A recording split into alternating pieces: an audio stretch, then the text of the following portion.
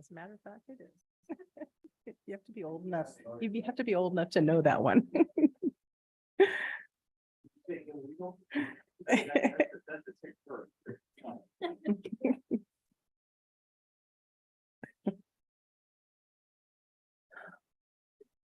We're ready? Okay. Good evening. This is a special meeting of the Hollister City Council on September 18th, 2023. Meeting is now called to order. It is 5 p.m. City Clerk, are there any public comments on closed session items? Mayor Casey, there are no public comments for the closed session items. City Attorney, can you read out our closed session items? Yes, Mayor. 1, conference with labor negotiators pursuant to Government Code Section 54957.6. Agency designated representative, City Manager David Maroney, and Administrative Services Director Casey Astorga. Employee organizations and represented employees and classifications designated as executive management. 2, closed session pursuant to Government Code Section 54956.9. Existing litigation, Natmar LP et al. The City of Hollister, San Benito County Superior Court Case Number CU 2300183. Item number 3, closed session pursuant to Government Code Section 54956.9.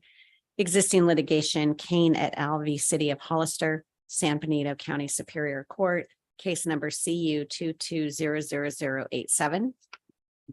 Item number 4, closed session pursuant to Government Code Section 54956.9. Conference with legal counsel, anticipated litigation, initiation of litigation pursuant to paragraph 4 of subdivision D of Section 54956.9 of the Government Code, deciding whether to initiate litigation, 1 case. Item number 5, closed session pursuant to Government Code Section 54956.9. Conference with legal counsel, anticipated litigation, significant exposure to litigation pursuant to paragraph 2 or 3 of subdivision D of Section 54956.9 of the Government Code, 1 case. Item number 6, conference with legal counsel, liability claims, Government Code Section 54956.95. Claimants Carlos Munoz, Pablo Ramirez, agency claimed against City of Hollister. 7, consultation of public employment, Government Code Section 54957, public employee performance evaluation, title City Attorney. All right, can I get a motion to adjourn to closed session, please? So moved. All those in favor? Yes. Yes. Motion carries 5-0.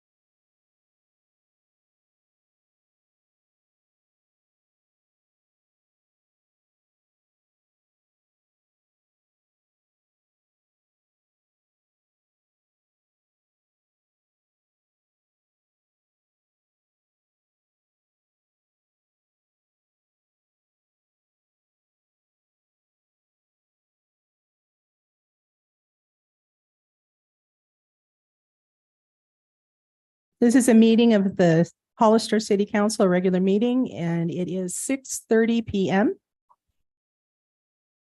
Councilmember Morales, can you lead us in the Pledge of Allegiance?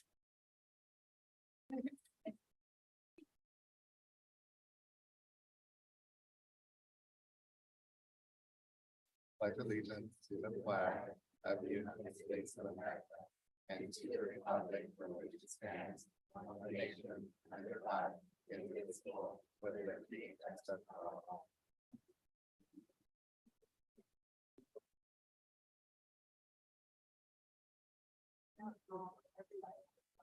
City Clerk, can you call roll, please? Councilmember Perez, Present. Councilmember Resendez, Presente. Councilmember Morales. Here. Councilmember Burns, Here. Mayor Casey. Here. I'd also like to report that the agenda for the City Council of the City of Hollister, special and regular meetings of September 18th, 2023, was posted on the bulletin board at City Hall on September 15th, 2023 at 2:58 PM for Government Code Section 54954.2. Thank you. Madam Mayor, I've got a question. Can we continue first with the city attorney's report out? Is Sure. that all right with you? Absolutely. All right, city attorney, is there any reportable action from closed session? Yes, Mayor and Council, there was a motion to deny the claims of Carlos Munoz and Pablo Ramirez. The motion was made by Councilmember Burns. There was a second by Councilmember Perez. The vote was as follows: Councilmember Burns, yes; Councilmember Perez, yes; Councilmember Resendez, yes; Vice Mayor Morales, yes; and Mayor Casey, yes. Motion passed 5-0. Okay, thank you. What was your question, sir? Thank you, Madam Mayor. I know for a fact there are many Spanish-speaking citizens sitting in the audience tonight. They cannot understand what we're even talking about or what was just reported out by the attorney. I've asked this before and I'm going to ask you again. Can we please have interpretation for the folks that are here sitting in the audience that do not speak English? City manager, do you want to respond to that?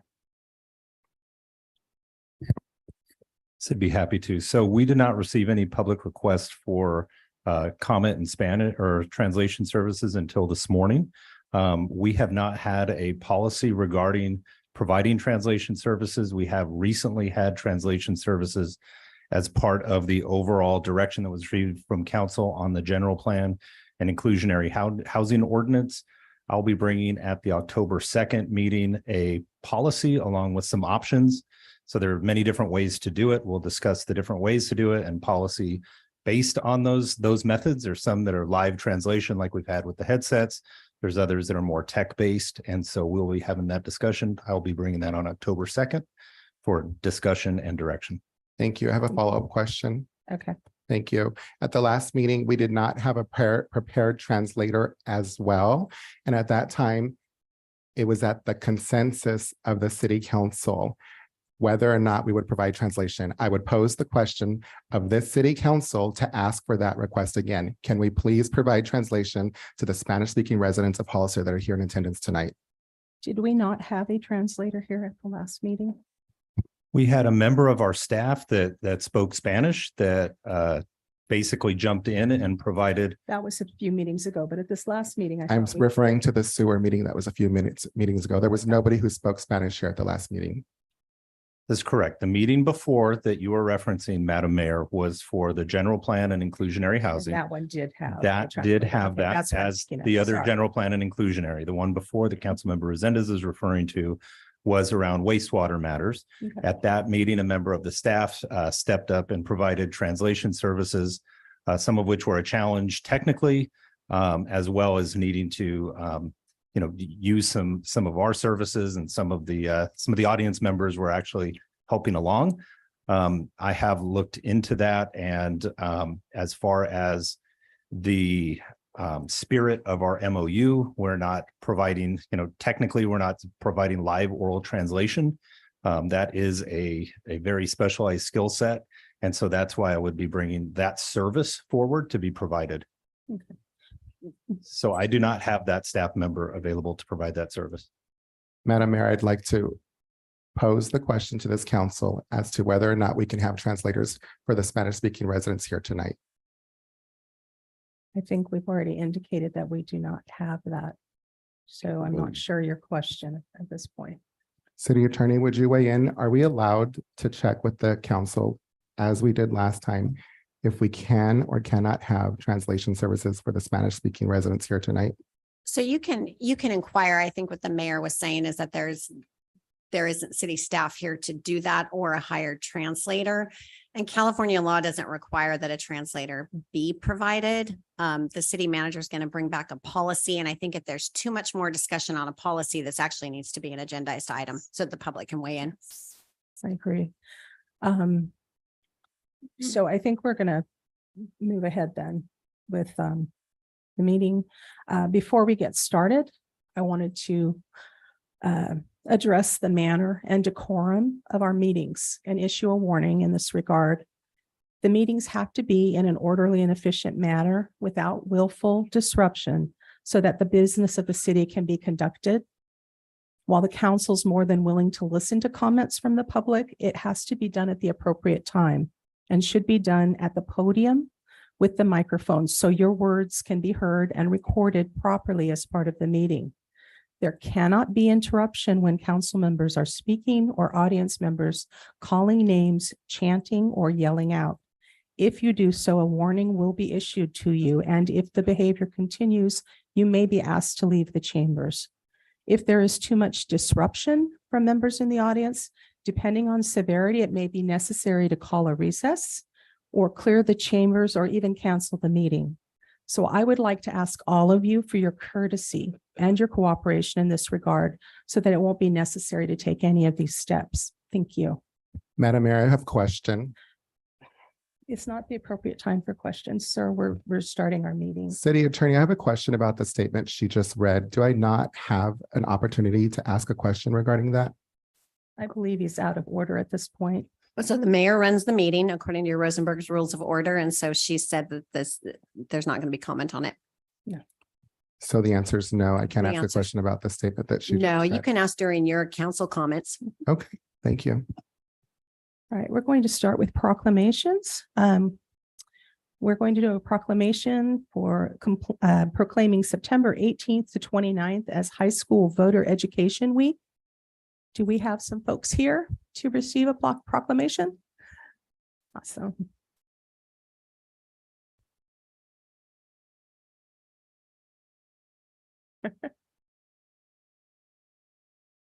Jennifer, are you going to hand them out? Okay.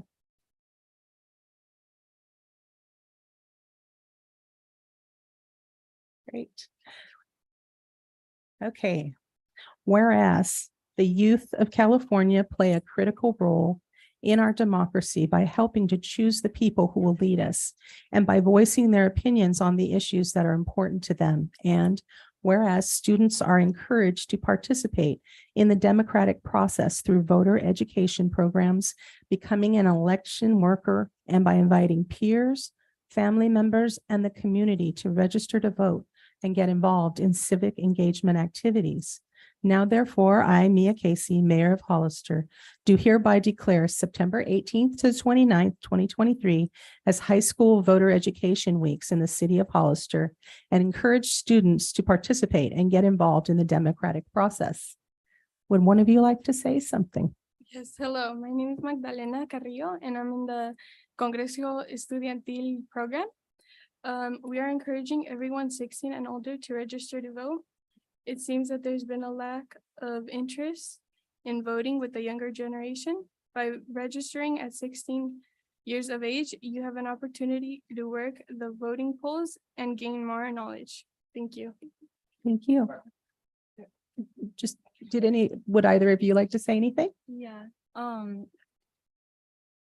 Hi, my name is Brielle, and I'm here with Congreso Estudiantil, and I'm here to introduce the importance of registering to vote. Youth Vote Matters, register to vote at 16 years of age. Congreso Estudiantil Voter Registration Project. Why our work to register and mobilize young voters is so important. The youth of California plays a critical role in our democracy by helping to choose the people who will lead us and by voicing their opinions on the issues that are important to youth. Thank you. Would you like to say something as well? Go for it. My name is Oswaldo. I'm here for El Congreso Estudiantil, and I'm here to represent why it's important to vote. The Congreso Estudiantil, with the Latido Coalition of San Benito County presents the youth mobilization project to assure our community will be encouraged to know that the local younger generations will be focused and ensured. Our community's 16-year-old students population will register to vote and provide a outturn of young turn voters and record numbers. That's all I have. Thank you. Thank you all for coming. And do we have a few comments? You wanted to say something, Mr. Perez? Oh my God, you guys have like just really touched my heart so deep. For years, I volunteered with the elections, working the elections. And it would brighten up the whole sky during the evening, while we're waiting for votes, when a youth would come in and vote for the very first time. I would make a big deal out of it because it is a big deal. That is what America is about. And it's like, thank you guys. You made my heart smile by what you guys are doing for your community, for your world. Thank you. Thank you. Yes. Thank you.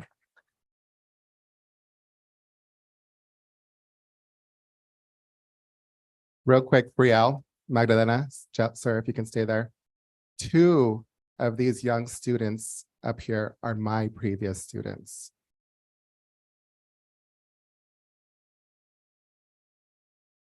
I had the pleasure of working with Magdalena and Brielle 2 years ago and a yearbook committee to make the very first ever Rancho Santana School yearbook. And these ladies killed it.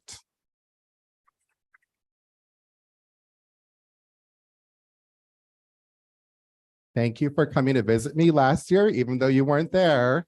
I enjoyed your morning hugs. I enjoyed hearing how it's going to the high school, and it brings me great joy to see all 3 of you up here. Listen to the message that you said. Follow through with that. Tell your mothers and your family and your little brother that I said hi. I wish you guys all the best, and I will always be here for you. Thank you, and go out there and go get them. Appreciate you guys.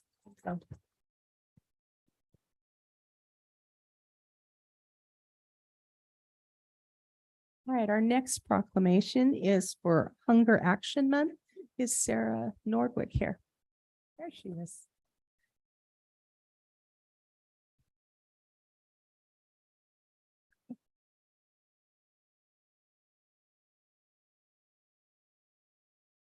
All right, so we're declaring September as Hunger Action Month.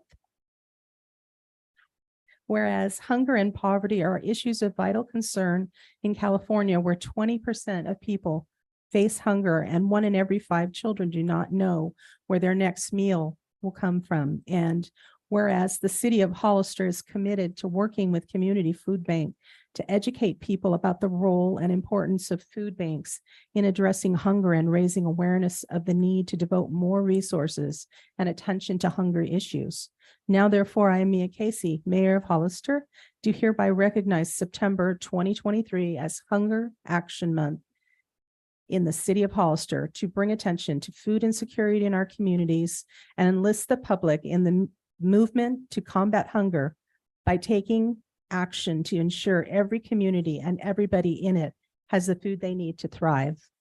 Sarah, would you like to say a few words? Thank you to the city of Hollister for caring about this issue that is just a growing problem. I know we probably sound like a broken record, and I wish we were. I wish it wasn't real. I wish it wasn't true, but we are serving that 7,000 more people right now a month than we were during the height of the pandemic. That is just a number that we've never expected to ever have to serve. And so your support means a lot to us and means a lot to our community. It's not just the Community Food Bank. There are many partners that we work with, many agencies that help us be the hands and feet on the ground and actually get the food out to the people. And our city is in need, and we are here to help, and we appreciate your support in doing so. Thank you. Thank you. Does anyone? Thank you, Madam Mayor. 1 of the person sitting up here is a previous student of mine. Gabriel is now working for the Speaker of California at the State Assembly's office, Robert Rivas. Is that not true, Gabriel? Congratulations to you, sir.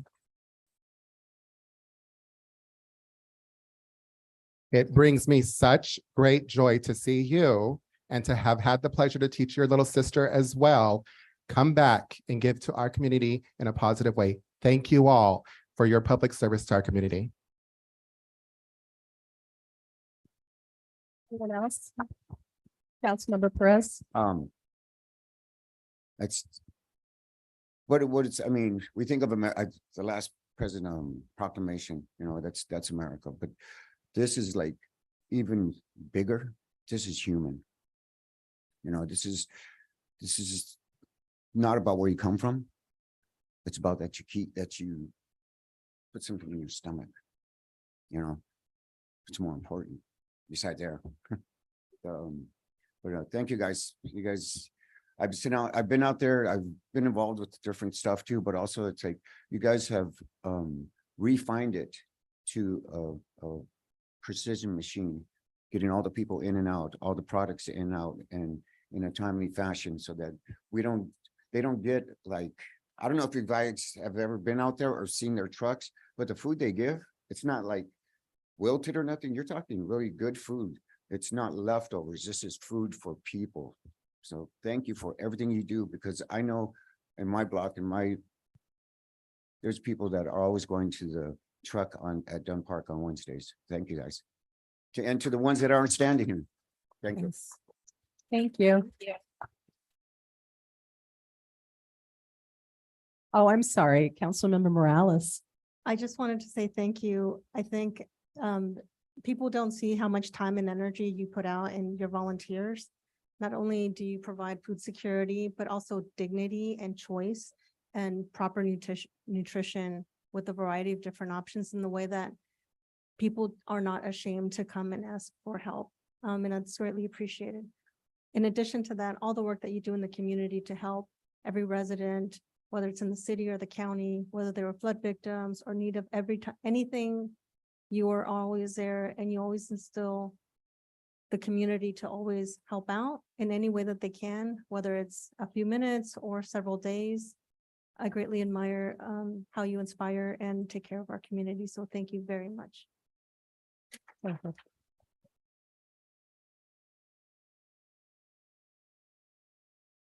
Okay, I think our last proclamation tonight is for National Recovery Month.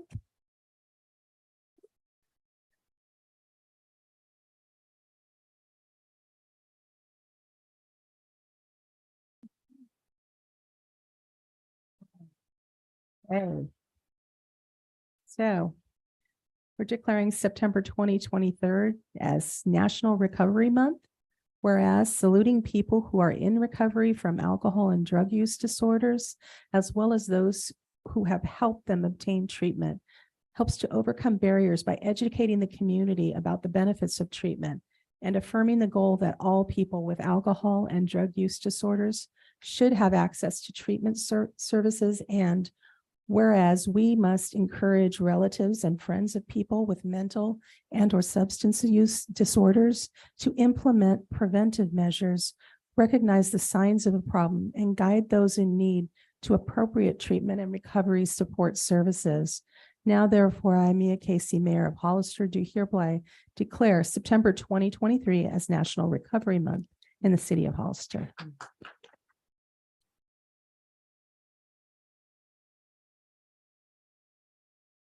My name is Letitia Peck, and I'm the program director for Women's Residential through Sun Street Centers here in Hollister. And it's been a great privilege to work with the community over the last 4 years and provide services to the women here in Hollister and also the surrounding areas. You know, this wasn't my story for myself. You know, 12 years ago, I was in a treatment facility myself, and I didn't think that my life would be what it is today. And now I'm a productive member of society, and I give that same encouragement to the women that I get to see every single day. And I encourage them to set their goals high and to achieve those goals no matter what they've been through.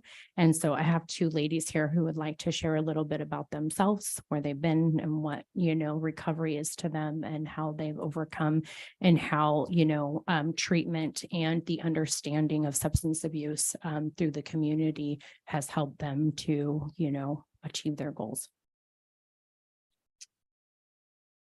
Hi, my name is Samantha Guerrero. My story has a lot of pain in it through my suffering through addiction. I've lost housing, I've lost cars, I've lost people, worst of all. And I was stuck in that suffering for a long time.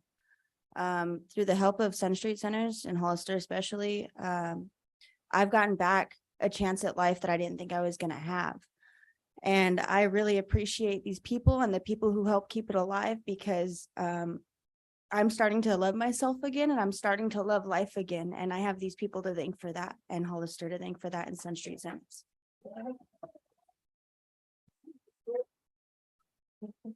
Hi, my name is Layla Reed and I'm 21 years old. I came into the program in July, and I've been through a lot of trauma, but I've found healing with Sun Street Centers. They've done me wonders. I've been through lots of residential homes, and this is the one that made me change my life and realize that recovery is possible. Thank you.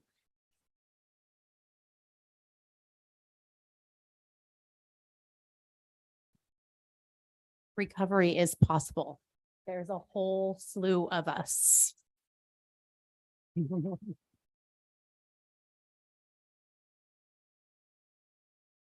All right, Councilmember Perez, would you like to say? Man, so these three topics tonight are awesome. Been through all three.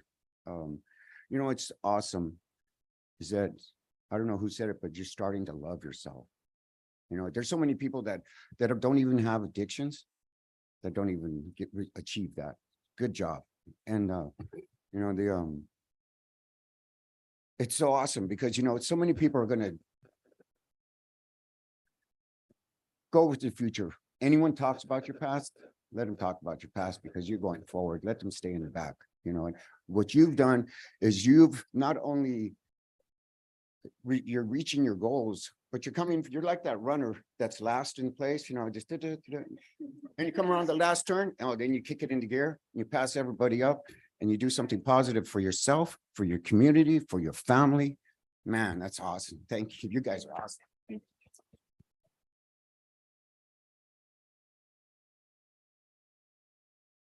Anyone else? Okay, thank you so much. Madam Mayor, if I may. Yes. Thank you. Councilmember. Thank you all here for sharing your stories, for speaking your truth, and being the voice of some people who are not able to or not willing to share just yet. Congratulations on your sobriety. Keep shining bright, and just remember, you are not alone. Thank you.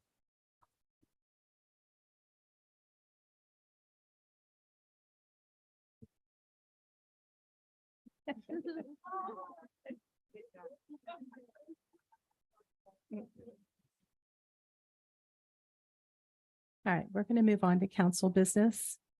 Item 1 is consideration of action pertaining to alleged conduct of Councilmember Roland Resendez in alleged violation of the Council Code of Ethics and Conduct. I'll be doing the staff report.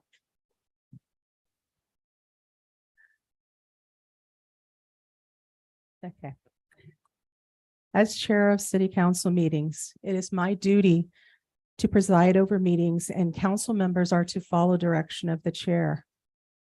We use parliamentary rules of procedure that must be followed for us to successfully conduct city business. Civil discourse and respect for each other is very important to this process. As chair, I decide questions of order. If a council member is speaking out of turn or going off topic from an agenda or otherwise violating the rules of ethics and conduct, I will call a point of order. At that time, the council member is required to stop speaking.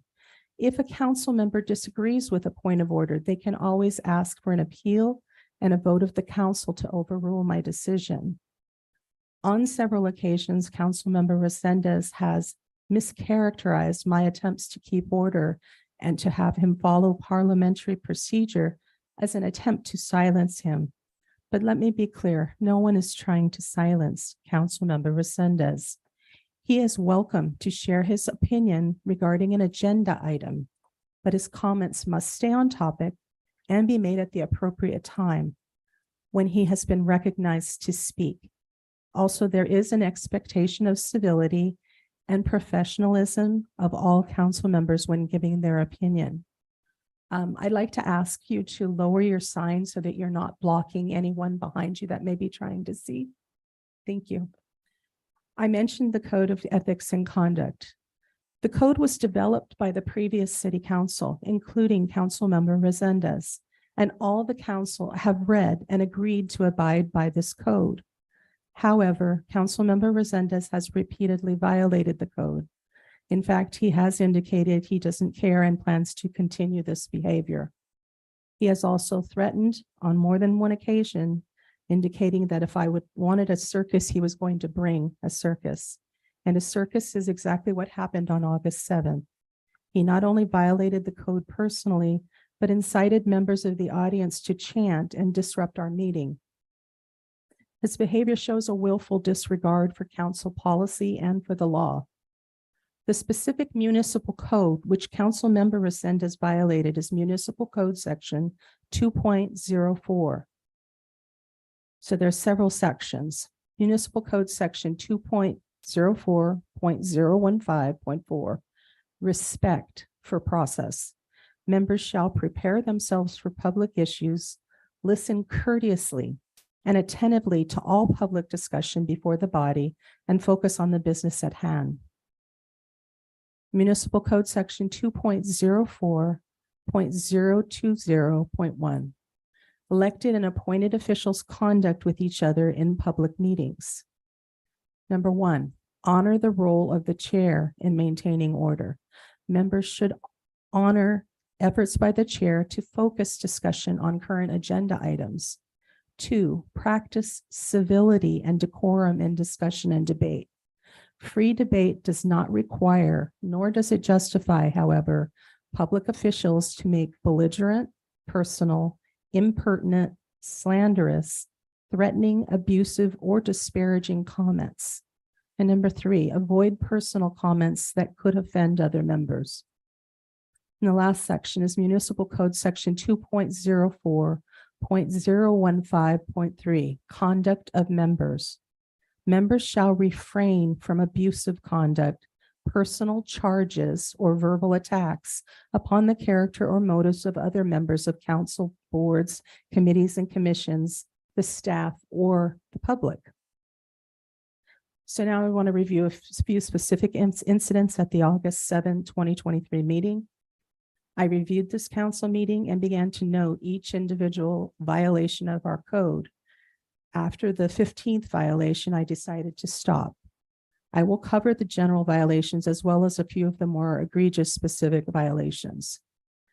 Councilmember Resendez has engaged in a pattern of belligerent, personal, impertinent, slanderous, threatening, abusive, and disparaging remarks towards other members of council at many council meetings, including August 7th, in a clear attempt to harass and discredit other council members. Council is prohibited from interrupting, responding, or attacking any community member who wishes to speak at public comment. During the August 7th meeting, there were 3 specific incidents in which Councilmember Resendez violated this policy. He interrupted Speaker Elias Salinas and attacked her during public comment. He made a nasty remark as Speaker Bill Lee approached the podium to speak. And after her public comment thanking the council for allowing San Juan Bautista to connect to the sewer, Councilmember Resendez attacked the mayor of San Juan Bautista, Leslie Jordan, not once, but twice during the meeting, publicly shaming her, calling her a sellout, and claiming she was in bed with developers. At 2 points during the meeting, Councilmember Resendez chanted and incited the audience to chant mentirosa, which means liar in Spanish, towards other members of the council. So these are a few of the specific incidents, and we've covered the code sections. There are a few other factors to consider. First is that Councilmember Resendez is the most senior person on this council, serving his 5th year. He knows parliamentary procedure. This is also the council member's 3rd disciplinary hearing. He was censured by a previous council and just a few months ago was issued a written warning for similar behavior. Councilmember Resendez has indicated in no uncertain terms to me that he is unwilling to follow this code of conduct, ethics and conduct. He has in fact willfully disrupted and forced council business to stop multiple times due to unprofessional and belligerent behavior. I find the violations very serious in nature, and I am therefore recommending to council that Councilmember Resendez be censured and removed from all committees. And at this point, I believe we can open the matter for deliberation and public comment.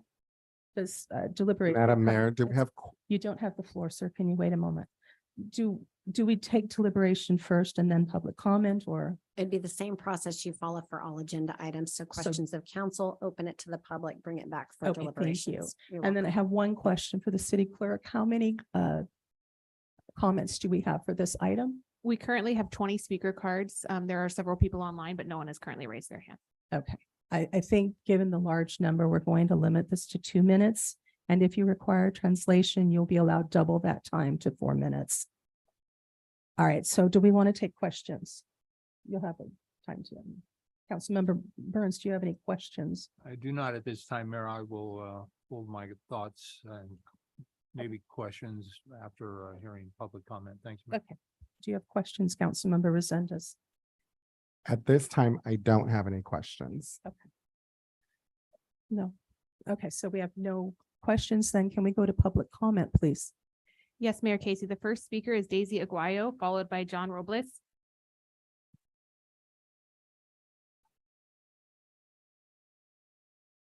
Hi, good evening, everyone. We started out this meeting, first of all, good evening, Mayor Mia. Nice to finally meet you. I'm Daisy. Dolores, nice to meet you as well. No hard feelings for anyone, you either, Brother Rick.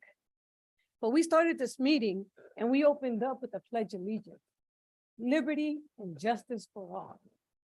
But tonight, we're over here trying to stop Roland from representing his district. The way he's acting is not right. I agree with everyone. Can you speak into the microphone, Thank please, you. so we can get you on? I the understand phone? that the way he acts is not right. I don't agree with him bursting out and speaking, but you all got to understand that it's his district that is feeling the pain. Mayor, all the speakers should be addressing the council, not the Yes, public. can you face Okay, this way? Thank sorry. you. This is my first time up here, It's okay? I usually preach in churches where I could bring crowds in. And my heart does lead that way. But I'm standing here because I am from District 1. And when District 1 hears District 2 complaining and crying and bickering, and no one's there to listen to them. Just like tonight, there's a lot of people here that speak Spanish that don't know English, and there's no translations for them. No one to speak for them. After this meeting is done and you censor him or whatever you do, Roland, I applaud you. I respect you. But honestly, I love you. And I want you to take it to heart. Listen to your people, but let's bring it in a little softer. I get it. You're frustrated because when you get home from school, you got neighbors knocking on your mother's door, because I hear it too. About saying, la peste, the smell, the water, the way it tastes. Nobody's saying anything about anything to District 1. Have you heard complaints? You don't have to answer. District 3, District 4, are you going through the headache? I just want to say, think about it, people. Thank you. Okay? Think about it. The next public speaker is John Robles, followed by Mary Zanger. Good evening. My name is John, and I am a resident of the 95023 zip. I am here to comment on item A1. I'm going to talk about this matter within the framework of history. Most of, not all of you know a little bit about history. You are probably aware that there are countless examples of people who have been oppressed, denied their word, their voices silenced in the name of many things, some of them quite egregious. We've also seen examples of those who have been oppressed and silenced prevail and overcome the action of those who suppress, harass, and intimidate. Many of these people who've endured these injustices end up prevailing, emerging much stronger, more influential, and much more powerful. Their oppressors, by contrast, tend to end up on the wrong side of history. They end up humiliated and disgraced as the truth about them is revealed. Mayor, this year, your constituents have witnessed the misapplication of disciplinary action at the hands of you, Councilors Perez, Morales, and Burns. Your motives behind this have become painfully obvious to us. The four of you are engaging in dysfunctional conduct, clearly marginalizing Mr. Resendez for his opposition to a rubber stamp approach for a special interest group. The vote to censure Councilman Resendez has served as validation that there's malintent on the part of the four of you in the name of a special interest group. The vote to censure Councilman Resendez also serves to confirm for many that there is corruption afoot and the four of you need to be held accountable sooner than later. On behalf of these people that support Councilman Resendez, we are not asking you take censuring Mr. Resendez off the table. We are demanding it. Get on the right side of history. The next Okay, public there will speak- be no clapping. Okay, this is not a performance. Okay, we can't have the interaction. We've got a lot of folks to get through. So let's keep the courtesy. Thank you. The next speaker is Mary Zanger, followed by Mary Cruz Diaz.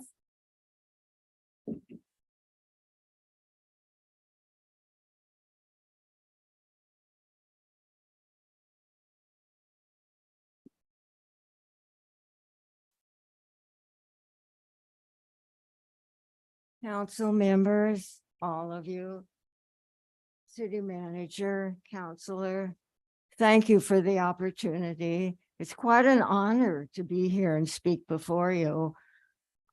In my day, this was much different. I want to say it's an honor, and I would ask you, city council, please respect council member Roland Resendez.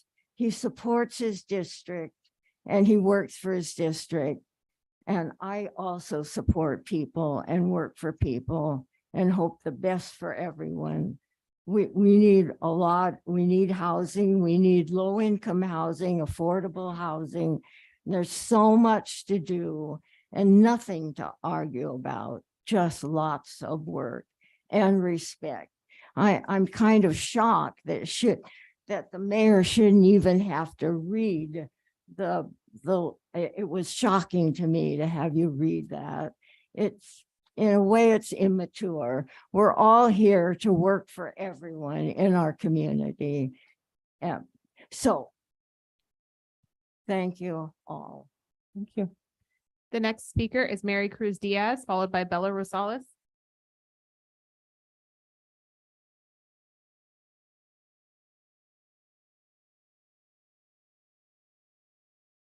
Buenas tardes a todos. Buenas noches.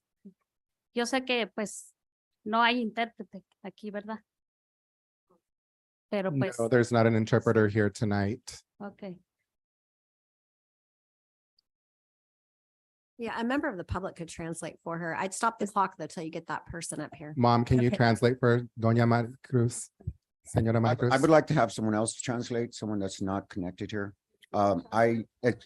Excuse me, Mayor, may I continue? I think it's fine to allow. Well, you know what, with the way he interpreted his last Spanish stuff and now his parents going to do the same interpretation, I don't feel like I am getting the true words that are coming forth. Is anyone Okay. else in here? Madam have- Mayor, if I may. I Miss, think we're gonna Mayor, let. I've Ms. interpreted. for her. Ms.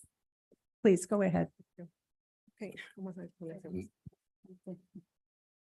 Pues aquí estamos para apoyar al señor Reséndiz y les pedimos perdón si los ofendimos la vez pasada, We ¿verdad? are here to support Mr. Descendis, and we are asking for forgiveness if we offended anybody the last time we were here. Sorry, I've got asthma tonight. Okay. Como dijo aquí la señora mía, ¿verdad? Dijo que Él le dijo 2 veces mentirosa. Like Mayor Mia stated that he said it 2 times, that liar. Pero también voy a decir que ella le dijo asqueroso. But I also want to say that she stated he was disgusting. Y el respeto se gana. And the respect, you need to win that. ¿Verdad? Entonces aquí, como nos consideran que somos de las personas que no tenemos educación, pero somos campesinos y trabajadores y pagamos impuestos igual que todos. Even though you all state, or a lot of people state, that we are not of educated people, we work in the fields, we're campesinos, Y pues todos nos debemos respeto. and we all deserve respect to each other. Palabras sacan palabras y pues empezaron a ofender y pues el público respondió. Words came out and more words came out and the public responded. Pero por lo que estamos aquí es porque el señor Reséndiz nos está apoyando acerca de toda la aroma que tenemos allá fuerte. Desde las 3 de la mañana empieza la pestilencia y pienso que ya nos han engañado por 20 años. The reason we are here is because Mr. Resendiz has been supporting us with all the stench over with the sewer line. And we've been doing it at 3 a.m. in the morning. We can smell that. It's been going on for over 20 years. Y pues no soportamos en realidad las aromas durante la medianoche, la madrugada y todo el día. Y pues No. creo que no es justo. In honesty, we cannot support that stench. Midnight, 3 in the morning, all morning.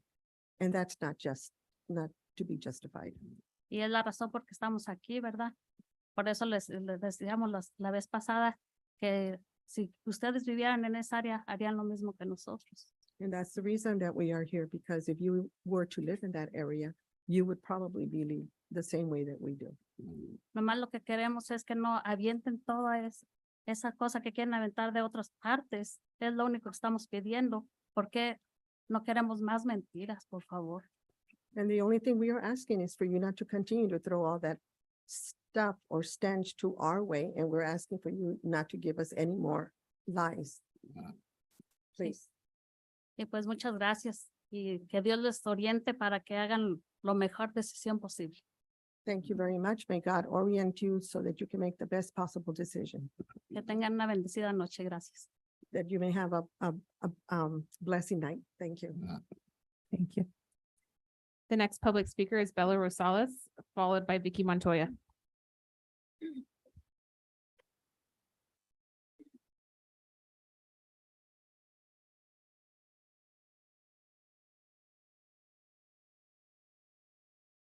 Hi, City Council. I want to start by saying I'm really disappointed that our time and our tax dollars have been wasted to impede on Roland's right to free speech. If you have a problem with being called out for taking money from developers, then don't take money from developers. The answer is not to silence someone who represents 1/3 of Hollister's population, because by doing that, you silence all of our voices too. But I guess maybe that's what your true goal really is. Thank you. Thank you. The next public speaker is Vicky Montoya, followed by Sam Ramos.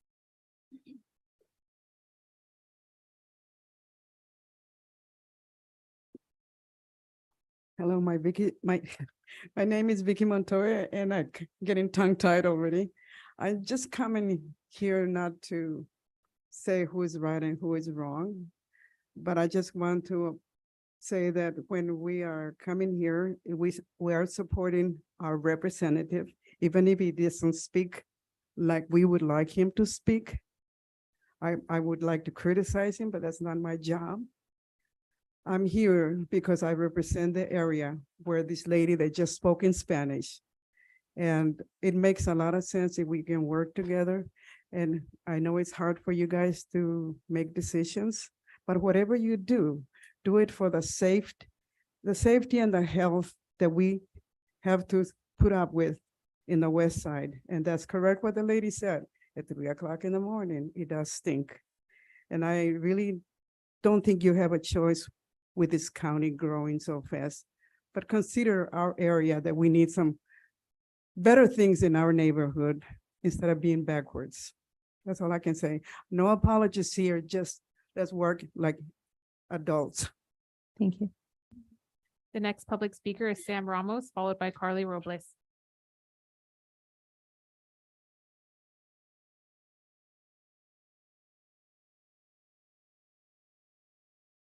Hello, I am Samuel Ramos, and I talked to you last time about my credentials. Maybe you will remember that. And it's amazing that we did the Pledge of Allegiance, and it says with liberty and justice for all. And we should be included in all the campesinos, the Latinos, and we're part of all.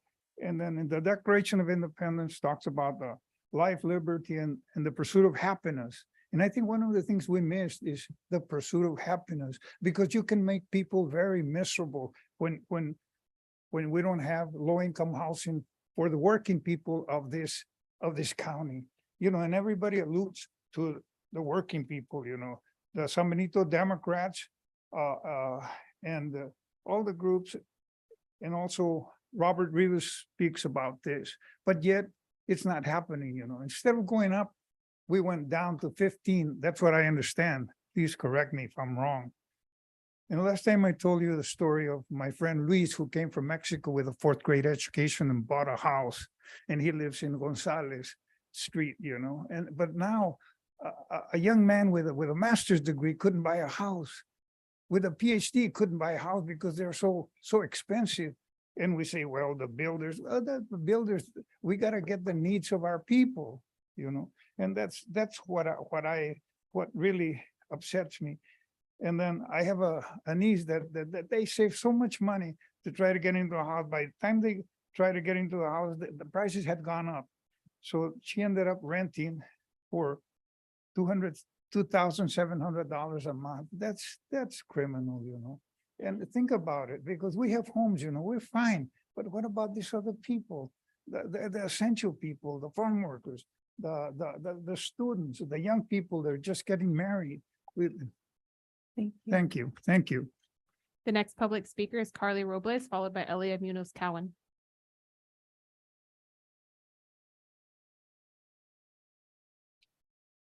Carly Robles. Tonight, I want to comment on the censorship of Councilman Roland Resendez.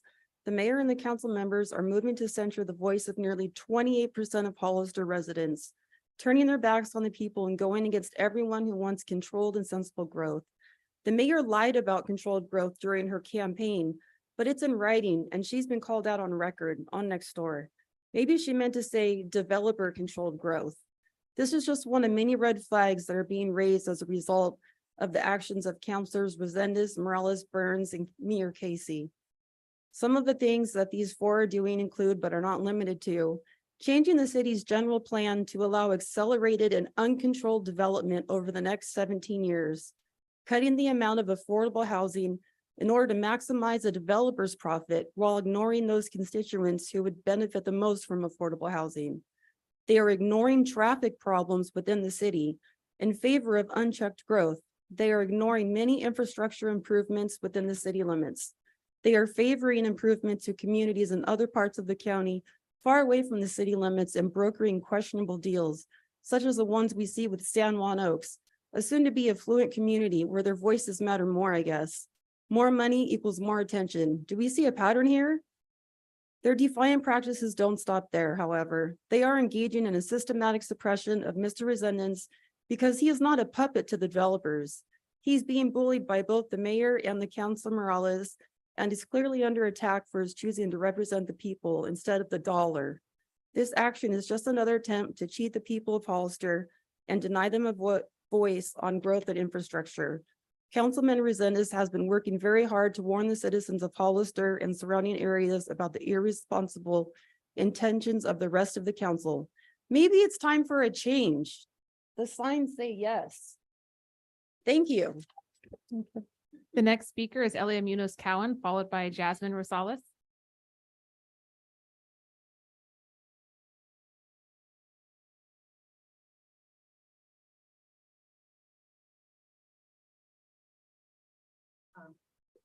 Hi, my name is Elia Munoz Cowan, and basically I'm here to support Roland and to support freedom of speech. Don't silence him for letting voters and residents know what's happening in our community. Censuring Roland is essentially, it's undemocratic, and he should not be punished for letting residents know what's happening in our community. And he is doing his job as a public servant, as all of you should be doing as public servants. Put the community first before developers. We need to support our community. Developers making money hand over fist, and you make it so easy for them to make more money and sacrificing the constituency of our community. I mean, our community is getting screwed, basically. The next public speaker is Jasmine Rosales, followed by Maureen Nelson.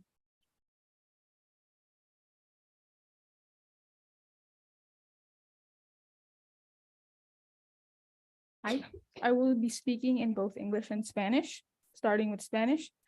Buenas tardes, mi nombre es Jasmine y yo apoyo a Roland. Pienso que él debería de tener la libertad de hablar, la libertad de luchar para su distrito. Roland es la voz de Distrito 2. Nos quieren callar, pero no podrán. Good evening, my name is Jasmine and I support Roland. Roland should have the liberty to speak freely, the liberty to fight for his district. Roland is the voice of District 2. They want to silence us, but they'll never be able to. Thank you.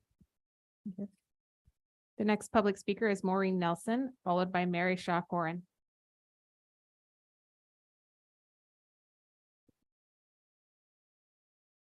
Good evening. My name is Maureen Nelson. Thank you for letting me have my opportunity to speak. We as citizens of Hollister and San Benito County have the legal opportunity to vote for the city, the county, the state, and federal representatives. This meeting tonight is to take an unprecedented action to sanction, fine, and potentially remove an elected city council member. The job of every city council member is to represent their constituents to the best of their ability. To take a stand, to censure and silence the voice of elected district representatives denies and silences the voices of the represented constituents, over 28% of the county. We all do not agree with the decisions made by elected officials. As citizens, it is our right and responsibility to let our representatives know of our concerns and agreements or disagreements with their decisions. Unless citizens get involved and speak up for themselves and their community, we cannot expect equal representation. The purpose of elected officials is to listen to their constituents and represent them to the decisions of the decision makers. Silencing the voice of Roland Resendez silences thousands of citizens. This is removing the voice of the representation of your city residents. It's uncalled for and it's unprecedented. Thank you. The next public speaker is Mary Shaw Corin, followed by Violetta Negretti. Can I make a quick point of clarification? There is no removal of Councilmember Resendez on the table here, just so we're clear. Right, there's, you can't remove a council member from Right, I council, just you wa- can it was remove from mentioned, and I committees. just want to make sure that's clear. Madam Okay, Mayor, thank I'd you. like to make or ask a question of the city attorney as well. We are talking about removing me from the committees, are we not? Correct, that's what I just said to the second part of that. That's Okay, fine. so there is a removal being But not asked from of office, just- yeah. somebody Gotcha. representing the west side of Hollister Mhm. on several committees. Okay. Thank you for letting me speak. My name's Mary, and I want to speak in support of Roland Resendez. I think that he's being unfairly punished for representing the interests of the West Side. I remember over a year ago, Mia, that you were actually, I think you filed a complaint against Mayor at the time, Ignacio Velasquez, and you asserted your freedom of speech rights and actually got, I think, the DA involved. I find it very ironic and hypocritical that you would be trying to censure Roland Resendez in this case, because you were very assertive about your freedom of speech. And I think even got the First Amendment Coalition to defend you. So why would you be trying to censure someone when you yourself stood up for your own right to speak? I think it's a very un-American thing. It's also very inconsistent with the values that you espoused earlier before you ran and you got the DA to actually intervene. I think this is really a waste of taxpayers' time. There's a lot of really important things that could be addressed. To devote a whole meeting to this is truly a waste of time. The other thing I wanted to mention is that I was at the August meeting that you mentioned where, you know, there were several people speaking. I remember Dolores Morales spoke out, addressed the audience in Spanish. I didn't know what it was exactly, but it was translated for me later. She herself said something very incendiary, which triggered a lot of the feedback. And that was to accuse Roland of taking money from developers, which is totally false. So I don't know why you're not reprimanding her. You are doing something that's totally unfair, inconsistent, and I think you should not do the censure. Thank you very much. The next public speaker is Violeta Negretti, followed by Martin Gonzalez.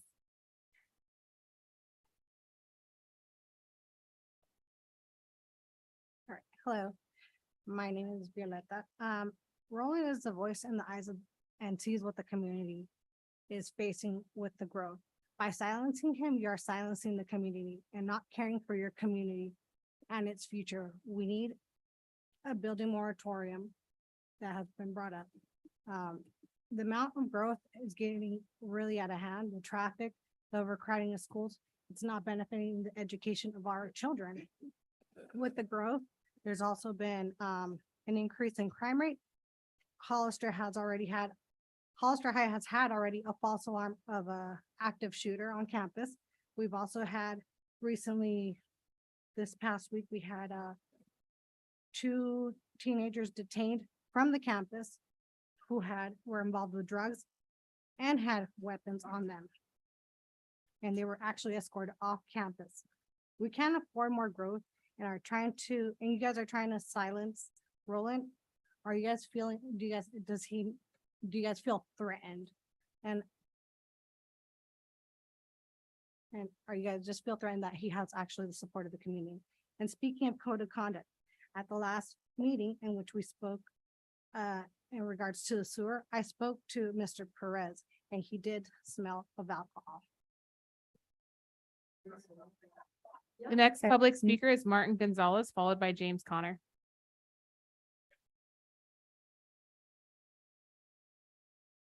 Do you need translation? Would you mind?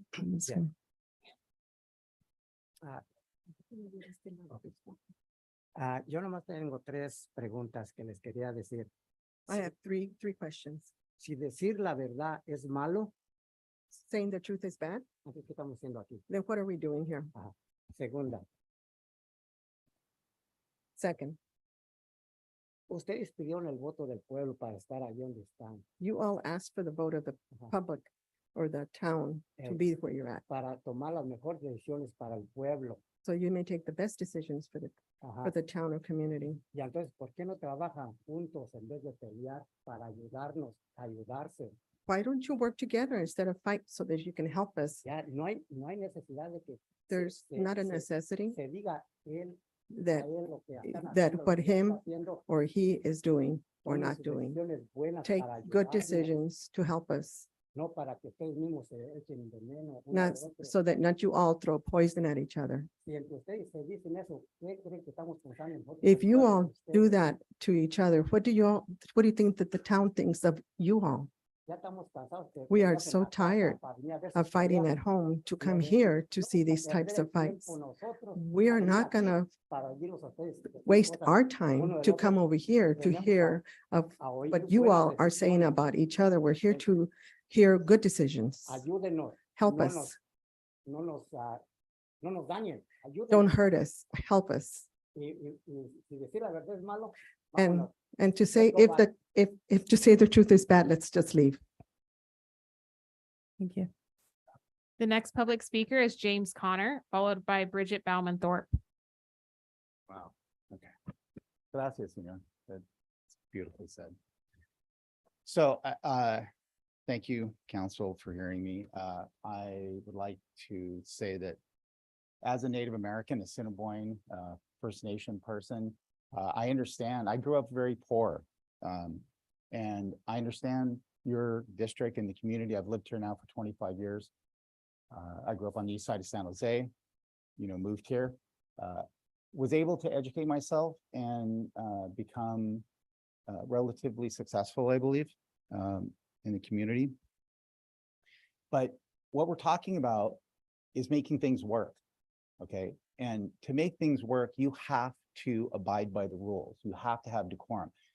When we're trying to discuss things, in business, we disagree, but we respectfully disagree and we get things done. Okay. And to not follow the rules, not follow decorum, like my good friend was just saying, is not productive. And I don't know why this continues and why you refuse to not abide by rules of decorum. This community deserves better than that. The seat deserves better than that. And we can disagree, and we should disagree. That's how we get the business of the people done. We're all from different backgrounds. We're all going to disagree. And your constituents believe, hearing them, that the water smell is because of Mia, when this is decades it's been a problem. And you know exactly how this should be fixed. And yet the people of your district are coming up and surprised that they have smell when you know why. So I would expect you to do better for your constituents. Thank you. The next public speaker is Bridget Bauman Thorpe, followed by Bob Tiffany.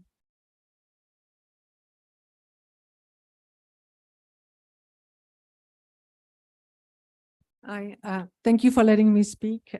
Hi, Roland. I just want to say, I really support you. I'm here to speak for you. I know you as a very caring, passionate person who cares deeply about his community. I really applaud you for all your hard work. And he represents his district, and he has the responsibility to speak out. And I'm so proud of you, Roland, for standing up against developers. It seems like you are the single voice here in this city council who speaks out for affordable housing, especially with the 15% only, but instead of 20% affordable housing, which is it doesn't do any service to the city of Hollister. These poor people cannot afford a rent here in Hollister. Affordable housing, right now there's affordable housing supposed to be in Santana Ranch, a rental apartment. A studio costs $2,000. So affordable housing is desperately needed. So yeah, thank you, Roland, for speaking up. And do not sanction Roland for standing up for his district. Thank you. Thank you. The next public speaker is Bob Tiffany, to be followed by Ted Davis.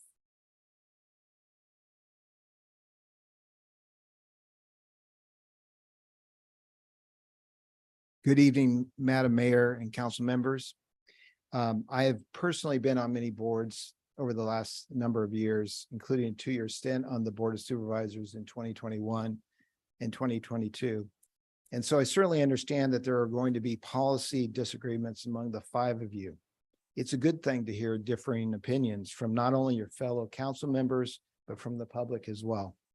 But what is not okay is for any one of you to make unfounded accusations, untruthful and misleading statements, or worse of all, personal attacks. And that's what we have been witnessing coming from Councilmember Resendez at the city council meetings. This has got to stop. As an elected official, you each have a responsibility to the residents of Hollister and San Benito County to behave professionally and to treat each other with respect. That is the absolute minimum we should expect from each of you. And Councilmember Resendez's behavior at the meetings has been anything but professional and respectful. Feeling passionately about your point of view and your district does not give anyone the right to be disruptive and rude. And that goes for not only Councilmember Resendez, but also his supporters in the council chambers. Councilmember Resendez has every right to make his point of view heard, as do those in the audience that agree with him. And in spite of what some here would have you believe, he's not in any way being silenced. He simply must voice his opinion in a much more civil manner, just as the rest of you do. Councilmember Resendez can be an intelligent and capable advocate for those causes he believes in. Although we don't see eye to eye on many issues, as a county supervisor, I strongly supported Roland in his very passionate advocacy for the LGBTQ community in Hollister. But there's no place for using unfounded accusations or personal attacks to get your point Thank you. across. Thank you. The next public speaker is Ted Davis, to be followed by Devin Pack.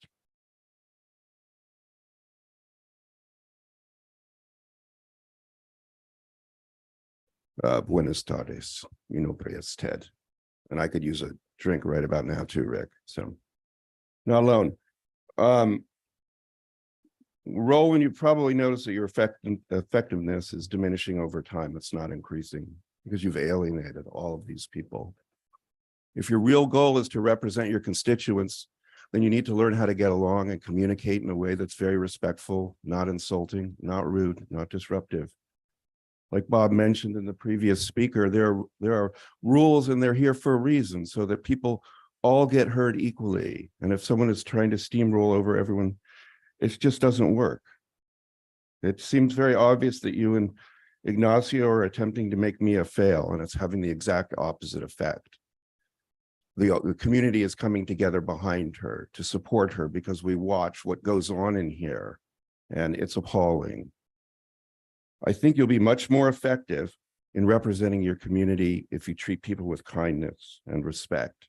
Everyone deserves it, especially people that are public servants that work so hard to try and represent people. I think all the issues that people have brought up here are super important. The sewer, yeah, that's a real problem. It's your district, fix it. There are places that put domes over it to contain the odor. An effective communicator can persuade people that do not initially agree with him. Thank you. Thank you. The next public speaker is Devin Pack, followed by Carol Lenore.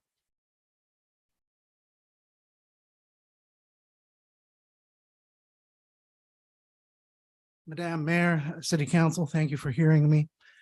We live in an age of acrimony. The problem that is before this council tonight is as ancient as Athens and as recent as Trump's tweets. And by that, I mean two problems of sophistry and demagoguery. Sophistry is the matter of people using the rules of an organization in bad faith in order to disrupt the functions and process of that organization. And demagoguery is what Hofstadter called the paranoid style, appealing to the fears and the psychological weaknesses of the population in order to create politics of division and acrimony. In my years of organizing and activism here in Hollister, the politician that I am most reminded of when I have heard Councilman Resendez's rhetoric is that of Senator Joseph McCarthy, a senator who was censured by the US Senate for his breach of the rules of decorum of the US Senate.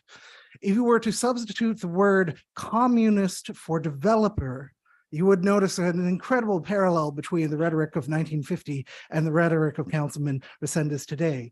His rhetoric would suggest that perhaps there are developers beneath every chair, developers behind every door, developers waiting to descend like black bottle flies from the rafters of this chamber. Fundamentally, before this council is what should be the level of acceptable tactics and rhetoric and interpersonnel communication in order to ensure the smooth functioning of the Hollister government.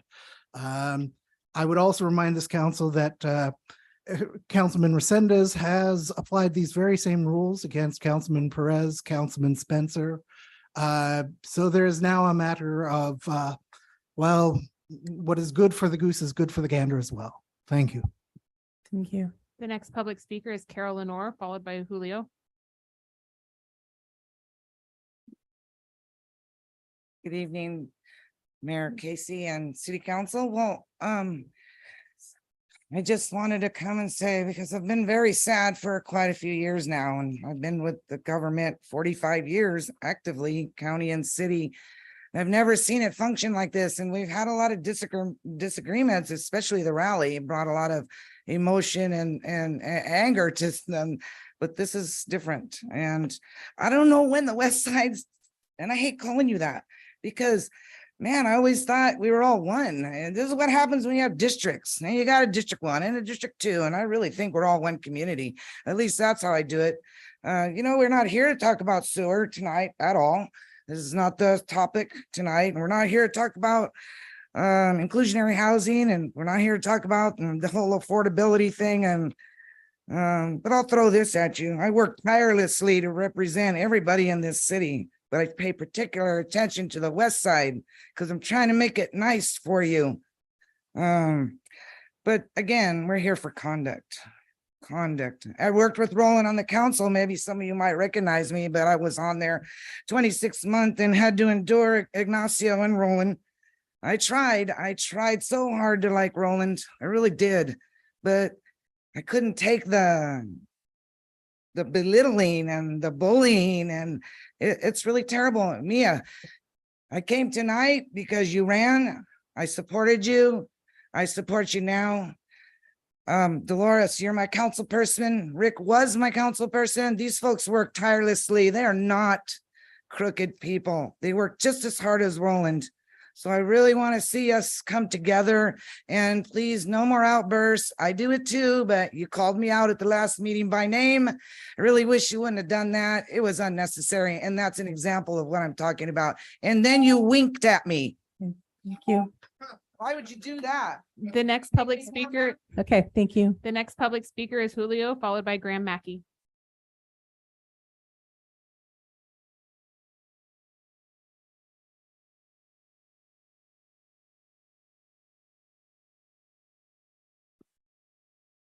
Little quote for us. All for ourselves and nothing for other people seems in every age of the world to have been the vile maxim of the masters of mankind.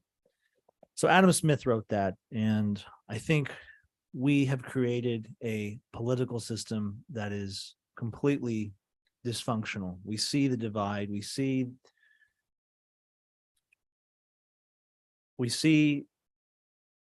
parts of the community who support Roland. His district supports him. But there's no denying that. Whether you say he's lying, he's not lying. I mean, it does smell, over there. My point I'm trying to make is we've created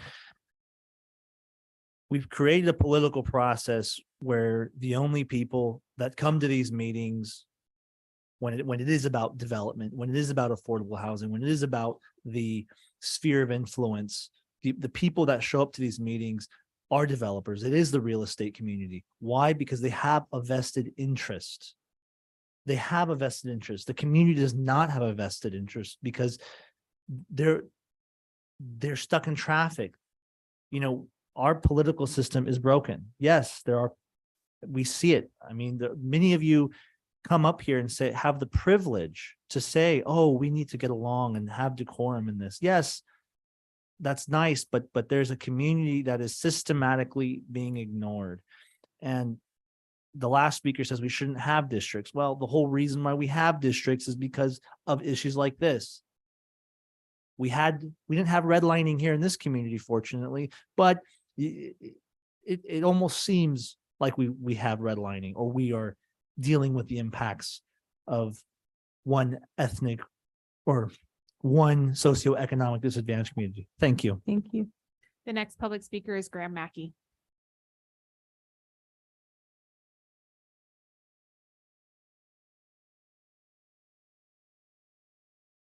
Good evening. I've been a resident of this community for 44 years. And this meeting is not about the sewer. It's not even about development. Most of the councilmen sitting up here weren't even councilmen when most of the developments in Hollister and San Benito County were planned and got through the, approvals.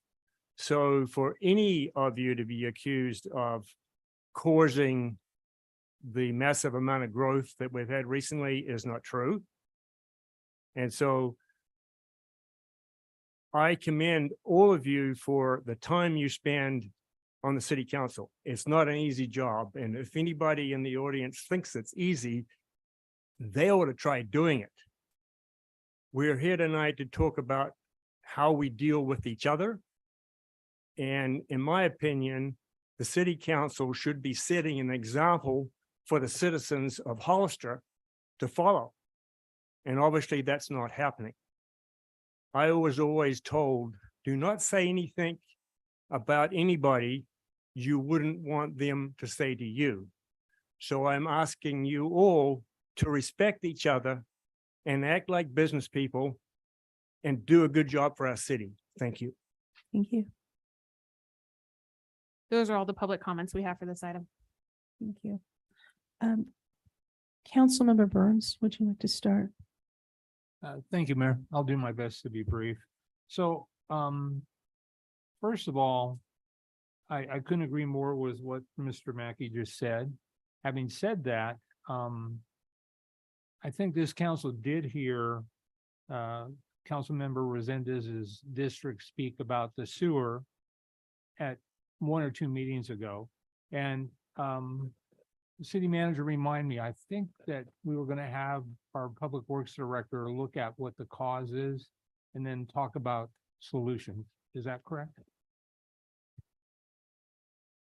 Yeah, I was just leading back to the action for this agenda item. Or is this another inquiry that could wait for your council comments? A great question. All right, well, let me rephrase it. So I believe this council has heard the District 2's concerns about the smell. They have gone on for about 20 years. And so we're my understanding is we're looking for solutions to that problem. And I believe that staff is going to work on that. So having said that, I actually respect Councilmember Resendez for his passion, but I absolutely do not respect Councilmember Resendez for his conduct. And the conduct that he has exhibited is easily observed on the website for the city council meetings. And I will say that Councilmember Resendez was one of 4 or 5 of us at the time that worked on the code of conduct. I actually brought it up before I was on council. And then when I became a council member, I brought it up. And Councilmember Resendez worked on that and he agreed to that. And so tonight, as I see it, isn't really about his passion, isn't about the issues of housing. It's not about the issue of the sewer. It's really about his behavior. And so for those reasons, I'm going to support the mayor's recommendation to censure and remove him from his committees. Thank you, Mayor. Thank you. Councilmember Resendez. Thank you, Madam Mayor. Since this censure is about me, I'd like to reserve my questions and comments until I hear from all the other council members. Thank you. All right, Councilmember Perez. Yes, this is a conduct agendized item. You know, it's like looking back, I mean, I know everybody has the opportunity to change their life. Everybody. But you know what? Not all of us choose to do that. You know, sometimes it takes some of us a long time. And you know what? We burn our hands and we scrape our knees. And part of that process is a hurtful process. I've been through part of that stuff. So this process is a hurtful process. But really what hurts me the most about this whole process and disturbs me is actually, city manager, where are we with the project expansion on the wastewater? I can't ask that on. So Okay. that's the same question Okay. I asked of Councilmember Burns. Yeah, so my thing that I don't like is the misinformation that's being put out. And that is, we are not working on that. We were maintenance problem. That was it. We're not expanding nothing. We want to stop the smells over there. So by him going out there and saying that we wanted to expand it, or the signs were saying no expansion, we're not expanding. We don't want to expand. We just want to get rid of the smell and we want to fix it so that it doesn't, our machines have a backup system Can you bring it that's back? working. Can you bring So- it back to? Okay, so anyways, it really hurts me because I see his passion. I see your passion of supporting him, and that's awesome, you know. But are you hearing the full truth? Are you hearing part of it? And that's what bothers me about this whole situation. I don't care really too much about censor or put them on timeout or whatever. I just want to see change. But I will go with the recommendation of the council. And hopefully this will bring change to us so that we can talk to people instead of just yelling at people and inciting all this dissension and disturbance. And yeah, this is a beautiful city. I hope that we all can, like the speaker said, just respect each other. We don't have to like each other, just respect each other. Thank you. Thank you. Vice Mayor. I support the mayor's recommendation. All right. So I'm gonna give just something brief and then Councilmember Resendez, you can make your statement. You know, for me, I mean, I hear what you're saying and I hear all the concerns and I think all of us do. But again, you know, you can be passionate, but you can be respectful. And I think that was very lacking. And I think it's pretty obvious if you watch the video. I didn't want to watch the video again, but I had to prepare for this. And it was just as affecting to me as it was that night. So for me, I think that, you know, we talk a lot about trying to silence Councilmember Resendez, but what bothered me the most about the entire evening, and the biggest concern I had, is that his behavior had an effect on public participation. There were only 3 people that got up and spoke in favor of the sewer repair, and he disparaged all 3 of them. He even threatened one before she spoke, saying, "You're next."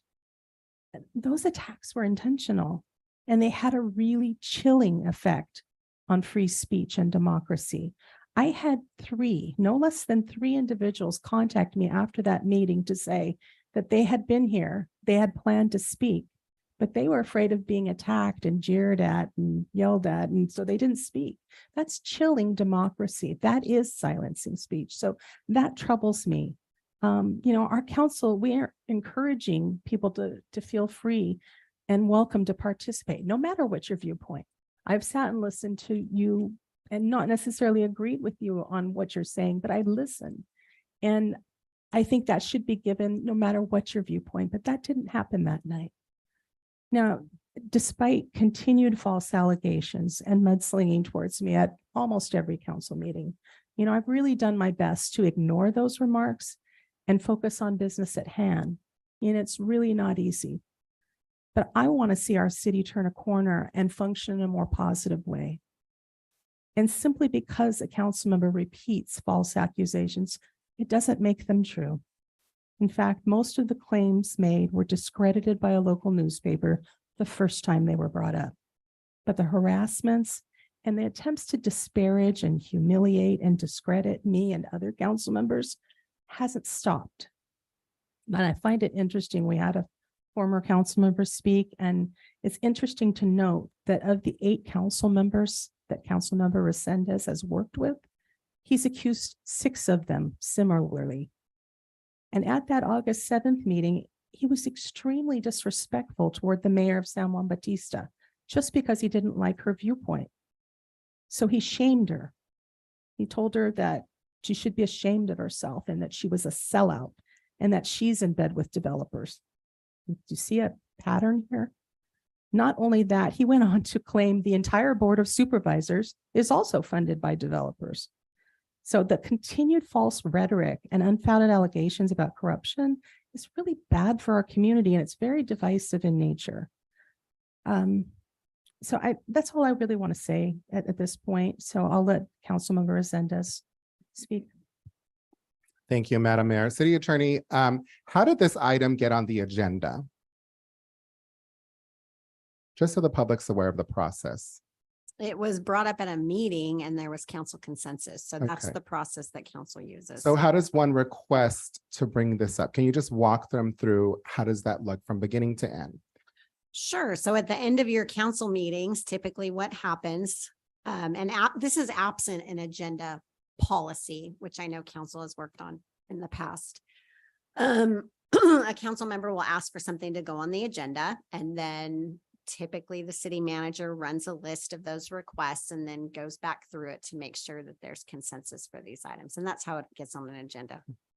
We heard from the public that somebody called me disgusting.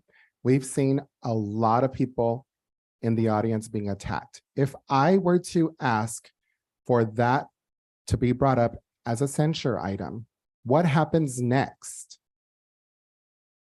So you'd have to get council consensus. So I'd have to get the entire council up here, or at least 3 of the 5, to agree to agendize that. Is that not correct? That's correct. That's the way council puts an item on the agenda. Thank you. So this seems like a problem to me, and it could be a very biased problem. Number 1, I believe wholeheartedly in truth and transparency. I have a platform and I have an obligation to let my constituents know the whole story about what's going on. It is true. What I've said about these people next to me taking money from developers is true. There's no lie about that. The gentleman who was up here speaking on behalf of the mayor knows that because his wife was the treasurer on her campaign. It is true that there are policies being passed to increase your sphere of influence and make your city bigger for developers and people like Mr. Peck, who was up here talking about developers are everywhere. Could we His please not property- refer to specific individuals in the audience? Please. City attorney, I know that she doesn't want me to speak and she's going to try to silence me. Do I not have the right to speak? As to this agenda item, you do. This is the agenda item we're on. Thank you.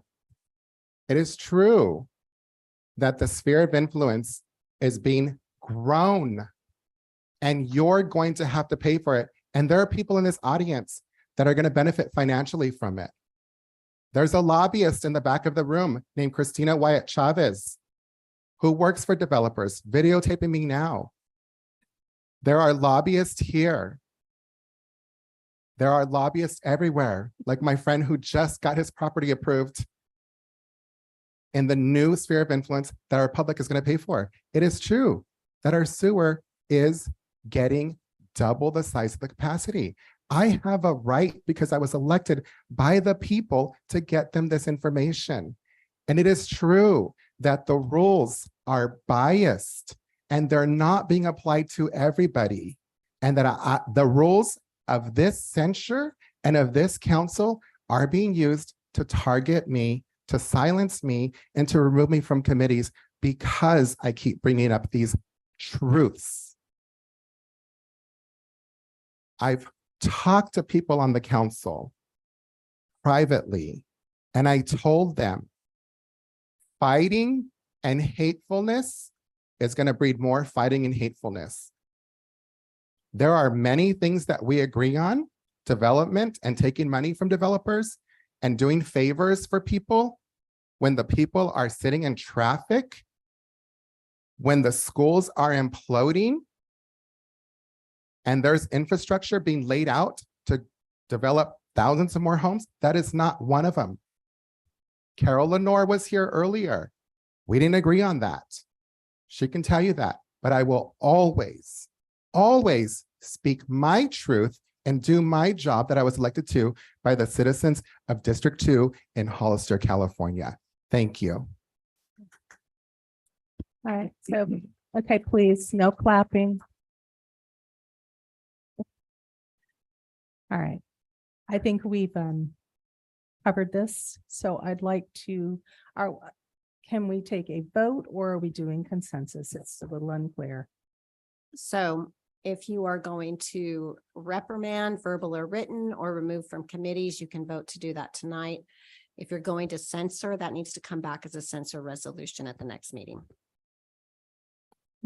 I So- do have a question for the attorney if I can. I think unless there's something specific that. Am I needs allowed answered. to vote? I forget. Am I allowed to vote or do I need to Abstain. No, Abstain. you abstained from the last time. And is this occurred the on me. first time ever in the city of Hollister that a city councilman has been censured 2 times and removed from their committees? Oh, I wouldn't know that. I haven't been here. I wasn't here the last time you were. Mr. City Manager? I don't know the history of how many times a council member has been censured. I believe it is. And if speaking the truth does that, I will wear that proudly each and every single time. Thank you, Senor Martin. All right, so then I believe that the recommendation was for censure, but also for removal of committees. So we would vote on the removal of committees this evening and the Correct. censure would come back. And give direction to bring back a censor Okay, resolution. that is my motion and direction. So could we do a roll call on those 2 items, please? You need a second, Mayor. Oh, I'm Second. sorry. Okay. Second. Quick. So the vote is to remove from the committees and then we'll come back and we can do consensus for it, bringing it back a censure. Yes. So yes. Councilmember Perez, Yes. Councilmember Morales, Yes. Councilmember Burns, Yes. Mayor Casey. Yes. Thank you. And then now I need, if council wants to bring back a censor resolution, I just need consensus. Consensus is given. Yes. Thank you all for being here tonight. Very important. Thank you. Gracias por venir esta noche.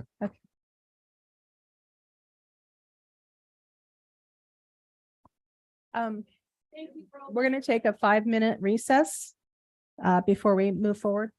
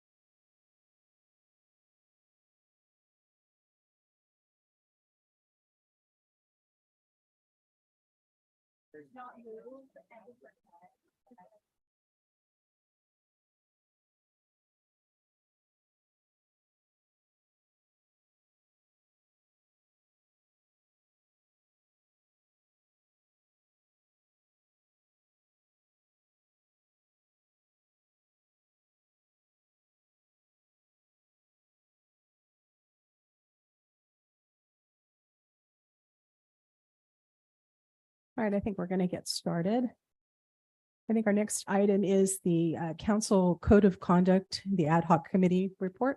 City Attorney, you were going to give a brief report? Yes, a very brief report. So back when this item was first brought up and council had opted to create an ad hoc committee to look at the council code of conduct and possible amendments, we were directed to bring something back hopefully by the 18th. I'm just here to report that the ad hoc committee is still working on that item along with the city attorney's office. So we'll continue to provide updates. Okay, thank you. Yes, Councilmember Resendez, did you have a question? Yes, I do. Thank you. I missed one of the last meetings, but I heard that maybe the last meeting where they discussed this, or potentially one before, that if I or anybody of the council again were to break the quote unquote code of conduct that these two ad hoc members, Mia Casey and Dolores Morales, are making, that we can be charged $1,000 fine. Well, that's not part of the code of conduct. I know there was some discussion and forgive me because my memory is horrible, but I know that there was some discussion regarding the possibility of putting some sort of fine in those. And we were going to look at the legal aspects of that, but that's one reason why our office is working with the ad hoc committee. Okay, so as of now, has that discussion taken part? Are you looking into that right now? So my colleague Jennifer, who you're familiar with, she's the assistant city attorney, has been meeting with the ad hoc committee. And I believe there have been some conversations about that, but I don't have a final copy of the revised rules, and that will come before council for Well, adoption. just because it's agendized, I wanted to confirm that if I were to violate the code of conduct or somebody else up here, if the majority of the council agrees that it's a violation, that they're going to be sanctioned $1,000 each time. I don't know if that's going to be a provision That in hasn't it. been discussed. Yeah, I don't know if No. that's going to be a provision in it, council member, but if it is, those will all come before you for comment and then public comment as well. Wonderful. Thank you. Okay. So does anyone else have questions regarding this, or? So we have no other direction at this point. We're just going to try to meet again. Correct. And you may want to see if there's any council or public comment. Do we on have this any one. public comment? Yes, Mayor Casey, we do. First speaker is John Robles, followed by Bella Rosales.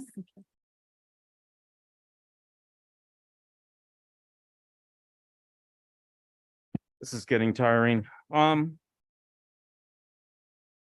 my mask off. That's awesome. Okay, so a couple of things. I'm going to try to be laser focused on this. Let me go backwards or frontwards, I guess. This ad hoc committee, I believe this consists of mayor and one other person. In any case, why is this being done in-house? Why would a decision like that be done in-house? That makes no sense to me. This needs to be an independent committee, void of any potential for, funny business. Let's just call it that. Another thing I want to talk about, it was mentioned, I believe it was Mr. Tiffany that kind of said that the censure would not really strip you of any power. Well, I would beg to differ on that, and I think that's kind of being spun a little bit. So I thought that was weird. Okay, so a few weeks ago, let me move on. This is basically talking about collateral damage of censorship. A few weeks ago, I started talking about a person's brand, in other words, their reputation. I'm here to tell the council tonight that your brand, your reputation as leaders is eroding with every misguided vote and every instance of poor decision-making. To put it in maritime terms, your brand is taking on water. We have witnessed a troubling pattern of you turning your backs on your constituents, especially those who are most vulnerable in our community, in favor of pandering to special interest groups. There may be attempts on your part to spin this fiasco at the end of this meeting or in the oncoming days, perhaps in social media. But at the end of the day, if you choose to censure, I want to make it very clear to the council, there's some positions opening up next year. So think about this in perspective of brand. There's no number of signs along Highway 25 with clever slogans that are going to repair your brand once it's damaged. There's no amount of money being funneled through political action committees that'll help you repair your brand when it's damaged. Nor is there any amount of pretty little flyers in the mail that'll help repair your brand. It's an intangible asset. You carry it wherever you go. And if you blow that on poor decision-making, it's going to haunt you throughout your careers. So a little food for thought tonight when you drive home, think about that. It's going to carry the weight of a 1,000-ton heavy thing on your shoulders. If this continues happening, if we get poor decision-making, if we get misapplication of disciplinary policy. And that's about all I have for tonight. Thank you very much for listening. Thank you. The next public speaker is Bella Rosales, followed by Daisy Aguayo.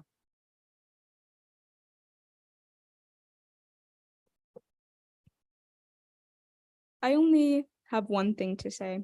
I just want to talk to Roland. Roland, like you said a little while ago, just remember that you're not alone. Regardless of the decision that they made here today and the decisions that they make in the future, we support you. We'll always support you. And we'll keep coming back to speak up for you the way you always do for us. Thank you. Thank you. The next public speaker is Daisy Aguayo, followed by Maureen Nelson. I think she may have left. Next public speaker is Maureen Nelson, to be followed by Carly Robles.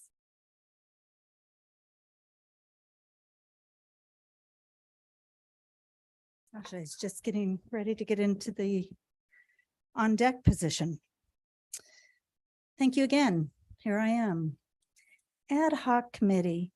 I just question the legality, the thoughtfulness behind an ad hoc committee that has 2 out of the 5 members of this city council making up that ad hoc committee to be overseeing their co-members of the council. Are you kidding me? What happens if the time comes when maybe Dolores Morales or Mayor Mia Casey is going to be the person who is being brought up? Does that mean that Dolores and Mia get to vote on their own disposition? It makes absolutely no sense. When you go to court, you have lawyers that present the case on behalf of their constituents. This city council is the constituent in that case. If you want to bring up a measure against one of your fellow members, you are not judge, jury, and jailer. You just aren't. You should not be. It is not your role. It sets a bad precedent. It leaves a stain on our county, on our city, and it makes us wonder about your legitimacy. And we don't want to wonder about your legitimacy. You have been voted into office. You are here to represent the citizens of Hollister. We don't want to be in the position where we have to question, are you really representing us? Are you representing yourself? Are you representing other interests? We want to have faith in all of you. We need all of you to be working together and to create this small action of 2 people who sit on this committee, on this city council, to be judge and jury of your fellow members.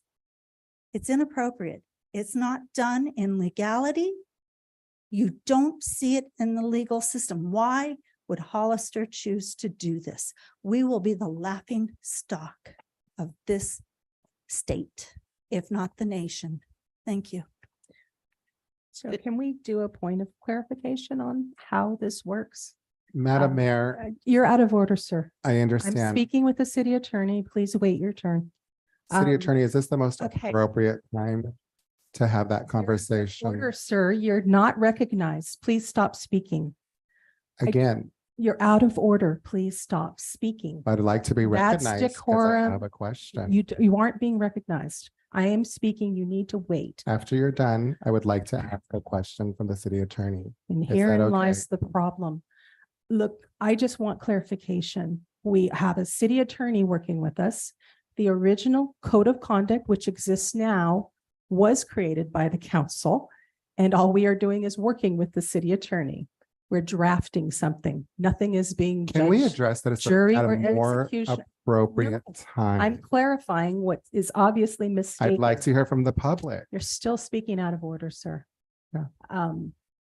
All we are doing is preparing an ordinance. We do this all the time. There's nothing wrong or illegal about it. It's why our city attorney is involved. It will come back to the council for review. The entire council reviews and will vote on the policy. That's all we're doing is updating our current policy. Is this an appropriate time to have that conversation during public comment, city attorney? It's a So point of- under your Rosenberg's Rules of Order, the mayor runs the meeting. I recommend consistency in that regard, but I will answer the question. Ad hoc committees are created with less than a quorum of the council. Council can ask that city attorneys be part of that ad hoc committee, community members be part of that ad hoc committee, similar to what was done for the 150-year celebration. And then the item comes back to the entire council. All it is making a recommendation. The ad hoc committee has no independent authority to adopt anything and force that onto the council. This item will come back to a council as a whole as an agendized matter, and then council can vote on it and take public comment at that time. Madam Mayor, may I ask a question of the city Yes, you attorney? can ask a question. Thank you. Do you see the actions of the mayor being consistent as to the actions of all the other public comments that you've been sitting here? I don't believe that to be true, and I don't think we should start that now. It sets bad precedent. It's public comment time, and I'd like for the public to be able to speak without being interrupted. Okay, so I am going to say again, the mayor runs the meeting and your council code of conduct is self-enforcing per the provisions in the code of conduct. So if any council member feels that another council member is out of order or out of line, you can bring that up during your council comment period that you want an agenda item to address it. Similar to what was done for the item involving you, Councilmember Resendez. Otherwise, these rules are entirely self-enforcing and I'm not going to enforce them. Thank you. Thank you. So we have a speaker. Yes, the next public speaker is Carly Robles, followed by Mary Shaw Corin.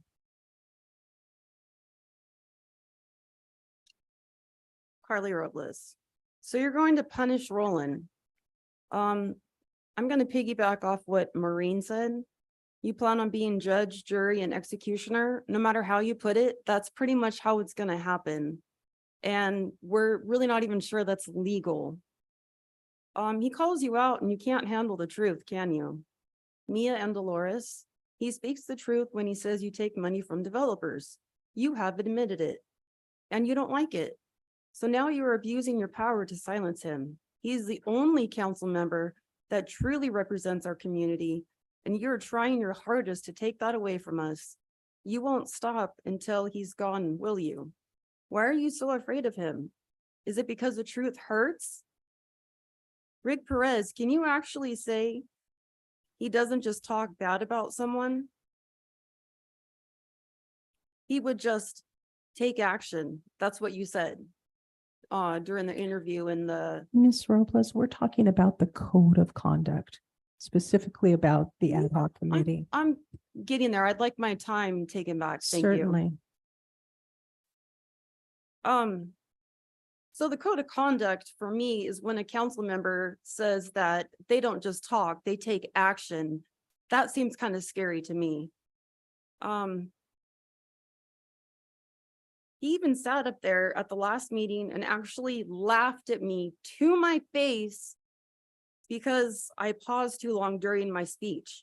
I think that there should be a punishment for that. That is definitely not good conduct for a councilman to do. That shows what kind of man he is, disgraceful. Tim Burns can belittle me during session and nothing happens to him. Mia, you just sit up there with your gavel and slam it down when Roland calls you out for making deals with the developers and telling the truth. Every meeting, all I see you do is say yes to every developer's request. You can't even let Hollister have the developers give 1% for the arts. Why would you say no to that? I can only think of one reason. You cater to the developers and they cater to you. You work for the developers. You don't work for the people. You might be able to silence Roland, but you can't silence me. I will do my best to make sure everyone in Hollister knows that you're on the developer side and that you lied on Nextdoor when you announced your candidacy and said you were not pro-housing development. You and Dolores clearly are. And Rick and Tim, you just go along with it. Shame on all four of you. The next public speaker is Mary Shakorn. Thank you. I just want to point out that the way this subcommittee is constituted, I don't know what they're going to come up with. Maybe suggestions for punishment if someone violates a code of conduct. But I think it's rather unrepresentative of, I think there's a lot of opportunity for abuse in this situation. And I'm actually surprised the city attorney hasn't suggested maybe constituting it with a broader group of people. It's clear that Dolores and Mia Casey want to really take Roland out to take him to task for speaking out about the development of things like, the general plan, the sphere of influence expansion. There's a huge amount of changes that are being made to the general plan. And I think that this is really an effort to silence him. And I don't know what the punishment will be, but I think it's really inappropriate for the subcommittee to be constituted the way it is. And I don't know if they're going to be the ones defining the punishment. So I really question the legality of this because there's so much opportunity for abuse. So I would like to see if the city attorney could help in this matter, because it seems like it should really be an independent body, not the folks who are, really trying to go after Roland, be the ones who constitute the subcommittee. It should be a separate independent body perhaps, but I think that this looks really bad. The optics, it's like a witch hunt. Thank you. Thank you. The next public speaker is Patricia Sacedo, followed by Leslie Austin. Good evening, Mayor and Council. It's Pat Sacedo with the Building Industry Association, and hopefully I'm in the right place on the agenda. I wanted to bring up the letter that was sent to City Attorney Lerner from BIA around August 30th regarding the Code of Conduct and the section of representation of private interests. I'm here to respectfully request that the council provide courteous direction to the city attorney to be able to respond to the letter and provide responses to our questions of clarification. And if that is possible, I would request that. And also to refer our letter to the Code of Conduct Ad Hoc Committee to review as they review the Code of Conduct going forward for the city of Hollister. Thank you, and I appreciate your time this evening. Thank you. The next public speaker is Leslie Austin.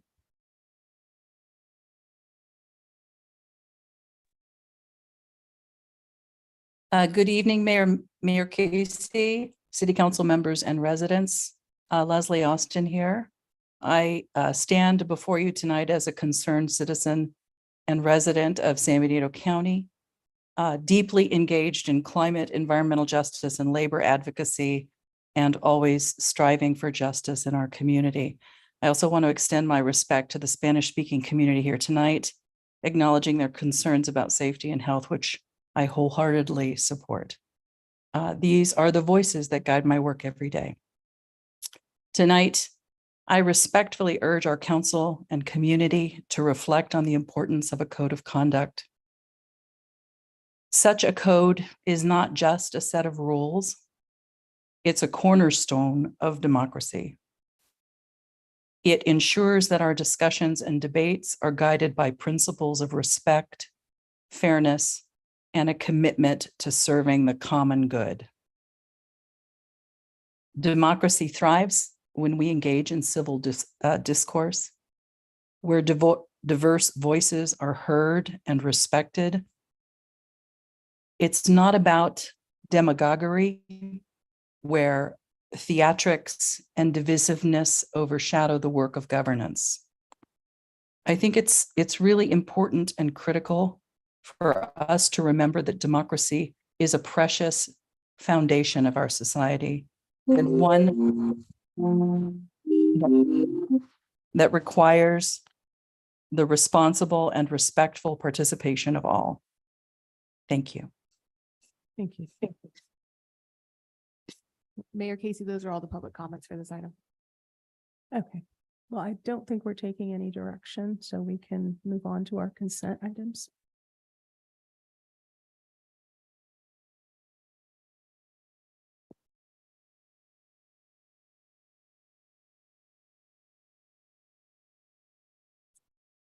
All right. Do any members of the council have brief questions or comments regarding consent agenda? Councilmember Burns? Thank you, Mayor. I'd actually like to pull items B4, the fire contract for the fair, and B5, the dog discussion, please. Okay. Anyone else questions? No comments? All right. City Clerk, are there any public comments on the consent agenda? Mayor Casey, there are no public comments for any of the consent agenda items.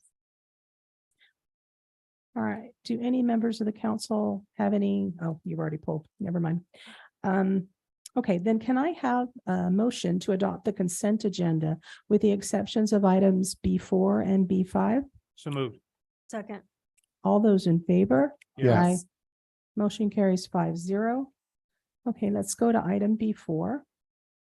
I believe that is resolution number 2023-178, a resolution of City Council of the City of Hollister authorizing the fire chief to execute a contract for emergency medical services with the 33rd District Agricultural Association for the San Benito County Fair. Good Chief. evening, Mayor, council members, Bob Martin, Del Campo Fire Chief. Yeah, so the resolution is for city to give authorization for the fire department to provide service, emergency medical service for the county fair. We've done this in the past. This is the first year that we've actually brought it to council for approval. But since I've been here since 2015, we've always had a contract with the fairgrounds to provide the service. How can I answer any questions? Councilmember Burns. Thank you, Chief. I recognize that. I'm curious, will this be overtime for firefighters, or will this be on the job and will they just be assigned there? And my second question would be, is this something where we at least are budget neutral and break even on, or are we giving services away as part of this? Yes to both of those. So they're going to be on overtime, and the contract stipulates the amount that they're going to be getting paid for the overtime that they're accruing. And to answer the second question, it's late. What was the second question? Will we break even on this deal? We will. As a matter of fact, we'll be probably making a little bit more than we actually would if it was just a regular overtime shift. Thank you, Chief. Thank you, Mayor. Councilmember Resendez, any questions? Not at this time. Thank you. Comments? Vice Mayor? No? All right, then can I entertain a motion to adopt item B4, the resolution number 2023-178, the Council of the City of Hollister authorizing the fire chief to execute a contract for emergency medical services with the 33rd District Agricultural Association for the San Benito County Fair. So moved. That- All right, all in favor? Yeah. Yes. Yes. Okay, motion carries 5-0. Let's move on to item B5. A resolution number 2023-179, resolution of the City Council of the City of Hollister approving the agreement for the Hollister Police Department to retire K-9 Officer Sully from the Police Department's K-9 unit and approve a contract with the K-9's previous handler. Council, or do we, Chief, are you gonna give a little report If out? you like, yes. Sure. Can you just give Yes. us a brief? Sure. Madam Mayor, members of the City Council, what you have before you is a resolution with a request to essentially sell the K-9, the handler that had them last has left our agency and is now working for a different agency. We checked with the provider of the dog. They gave us an estimate of the value of the dog. I believe it's of $5,200. In order for us to keep the dog, we would have to invest more money into training another handler into to be able to take the dog with no guarantee that it will work. The previous handler has offered to pay up to $5,000 for the dog. It has become part of his family, and he has children that the dog has become accustomed to, and vice versa. And the request before you is the option to sell the dog to him. As a council may know, stuff like this has come up before, and in the past they've offered to pay the dog, and sometimes the council has settled at a different amount, up to $1 for the dog. In those instances, those dogs were quite older than this dog, and the value was less at that time. So all of that is in the report and for your consideration.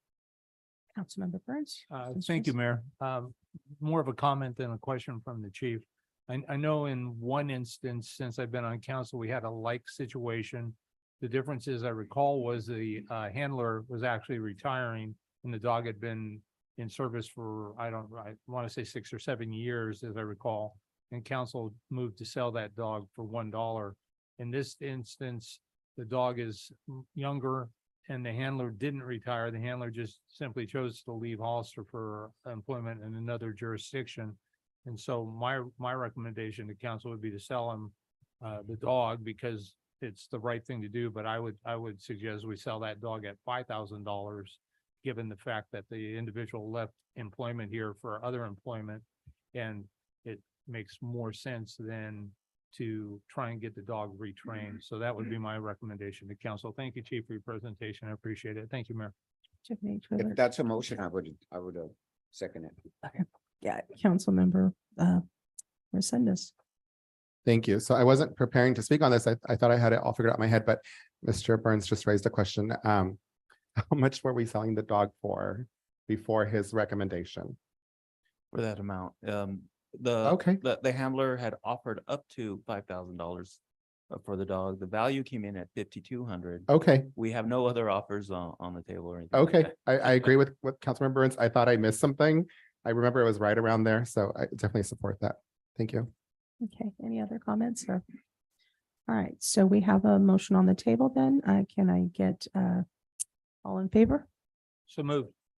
Did you get a second Well, on I that think we motion? had a motion and we had a Okay, second got it. earlier. Thank So you. I think we just take the vote, all in favor? Yes. Aye. So motion carries 5-0. That takes care of our consent agenda. Okay, now we're going to move on to public comment. This is the time for anyone in the audience to speak on any item not on the agenda and within the subject matter jurisdiction of the council. Speaker cards are available in the lobby and are to be completed and given to the city clerk before speaking. When the clerk calls your name, please come to the podium, state your name and city for the record, and speak to the city council. If you're joining us via Zoom, please click on the bottom of the screen to raise your hand. If you're joining us via Zoom using a cell phone, please press *9. Each speaker will be limited to 3 minutes with a maximum of 30 minutes per subject. Please note, state law prohibits the city council from discussing or taking action on any items not on the agenda. City clerk, do we have any public comments? Yes, we do, Mayor Casey. The first speaker is Dara Tobias.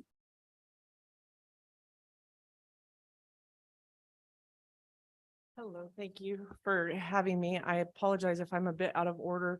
I'm here from the San Benito County Fair. I'm the CEO and fair manager. And it is my pleasure to work with the fire department and our local law enforcement and our local community to celebrate our fair and celebrate our community. This is our 100th San Benito County Fair. We opened in 2019, or I'm sorry, 1919. There's a little bit of evidence that we may have actually had a couple of fairs as early as before the 1900s, in the late 1800s. But the 1919 fair was billed as our first of hopefully many San Benito County fairs. We did take 4 years off during World War II, which makes 2023 our 100th fair. So we look forward to working with all of our community. Please join us at the fair. I'm sorry that so many of our community members left, that hopefully they'll listen in and be able to hear more about it. But starting on Friday, September 29th and going through Sunday, October 1st. So again, wanted to welcome everyone. We are the county fair, but Hollister is right in the center, not really the center geographically, but the seat of our county. So we want to have everyone in Hollister feel welcome to join us at the county fair. And thanks so much for your support with our community services, because it's important to all of us that everybody's safe and welcome. So thank you. Thank you. The next public speaker is Donnie B.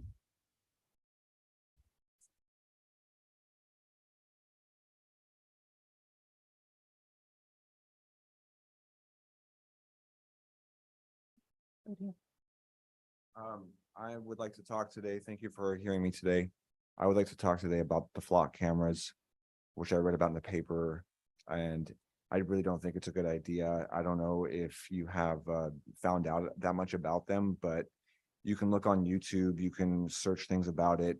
First of all, it's unconstitutional because I'm sure this is going to be decided in the courts coming forward. Second of all, it's targeting downtown and the west side. It just looks really bad. Okay, so there's that. If for anybody that doesn't know, the flock cameras capture all movements of license plates in a certain area on a road, but in this case, it's actually in a kind of sequestered area. And that information first goes to this private corporation called Flock, which I believe I don't know that much about it, but I believe from what I've heard and learned is based in Georgia. And the CEO said that, well, I'll let you look on that stuff, okay, if you want to research it. But you can look at YouTube videos of, it's very, very powerful technology that, and we need to have, but this is, I think there's also, we don't know how it's being used by, first of all, the private corporation, which is I would say my number one main concern. But even beyond that, though, I don't know how much accountability there is in general. So this just seems like it's a very, very powerful tool that hasn't really been considered, aside from, of course, how bad it looks. But everyone needs to consider, if you drove to this meeting tonight, your license plate was tracked, first by Flock and then immediately by local, state, and federal agencies. That's against the Fourth Amendment, against Constitution. I'm sure that this is going to be decided. Flock is exploding and has been exploding. Not all municipalities use it, but many do and have. We don't know the consequences of it. And I'll also end by saying that the majority of people that I have spoken to about this do not like this idea. And that's why I consider you, and even people that have told me they supported Mayor Casey told me that they don't like this idea. And it doesn't matter what side of the spectrum that you're lining up on, because nobody wants to be surveilled and nobody wants to be mass surveilled. Even I'm thinking of the business communities downtown. People know that, for example, there's sensitive businesses downtown. Okay, doesn't matter what side of the aisle you're on. So that's what I'm saying. The Constitution is the most important thing. We need to have constitutional rights. In the Fourth Amendment, Flock is I'll also just, again, the main issue is it's a private corporation. We can't necessarily trust them. We don't know what they're doing with it. Thank you. The next public speaker is Mary Miguel.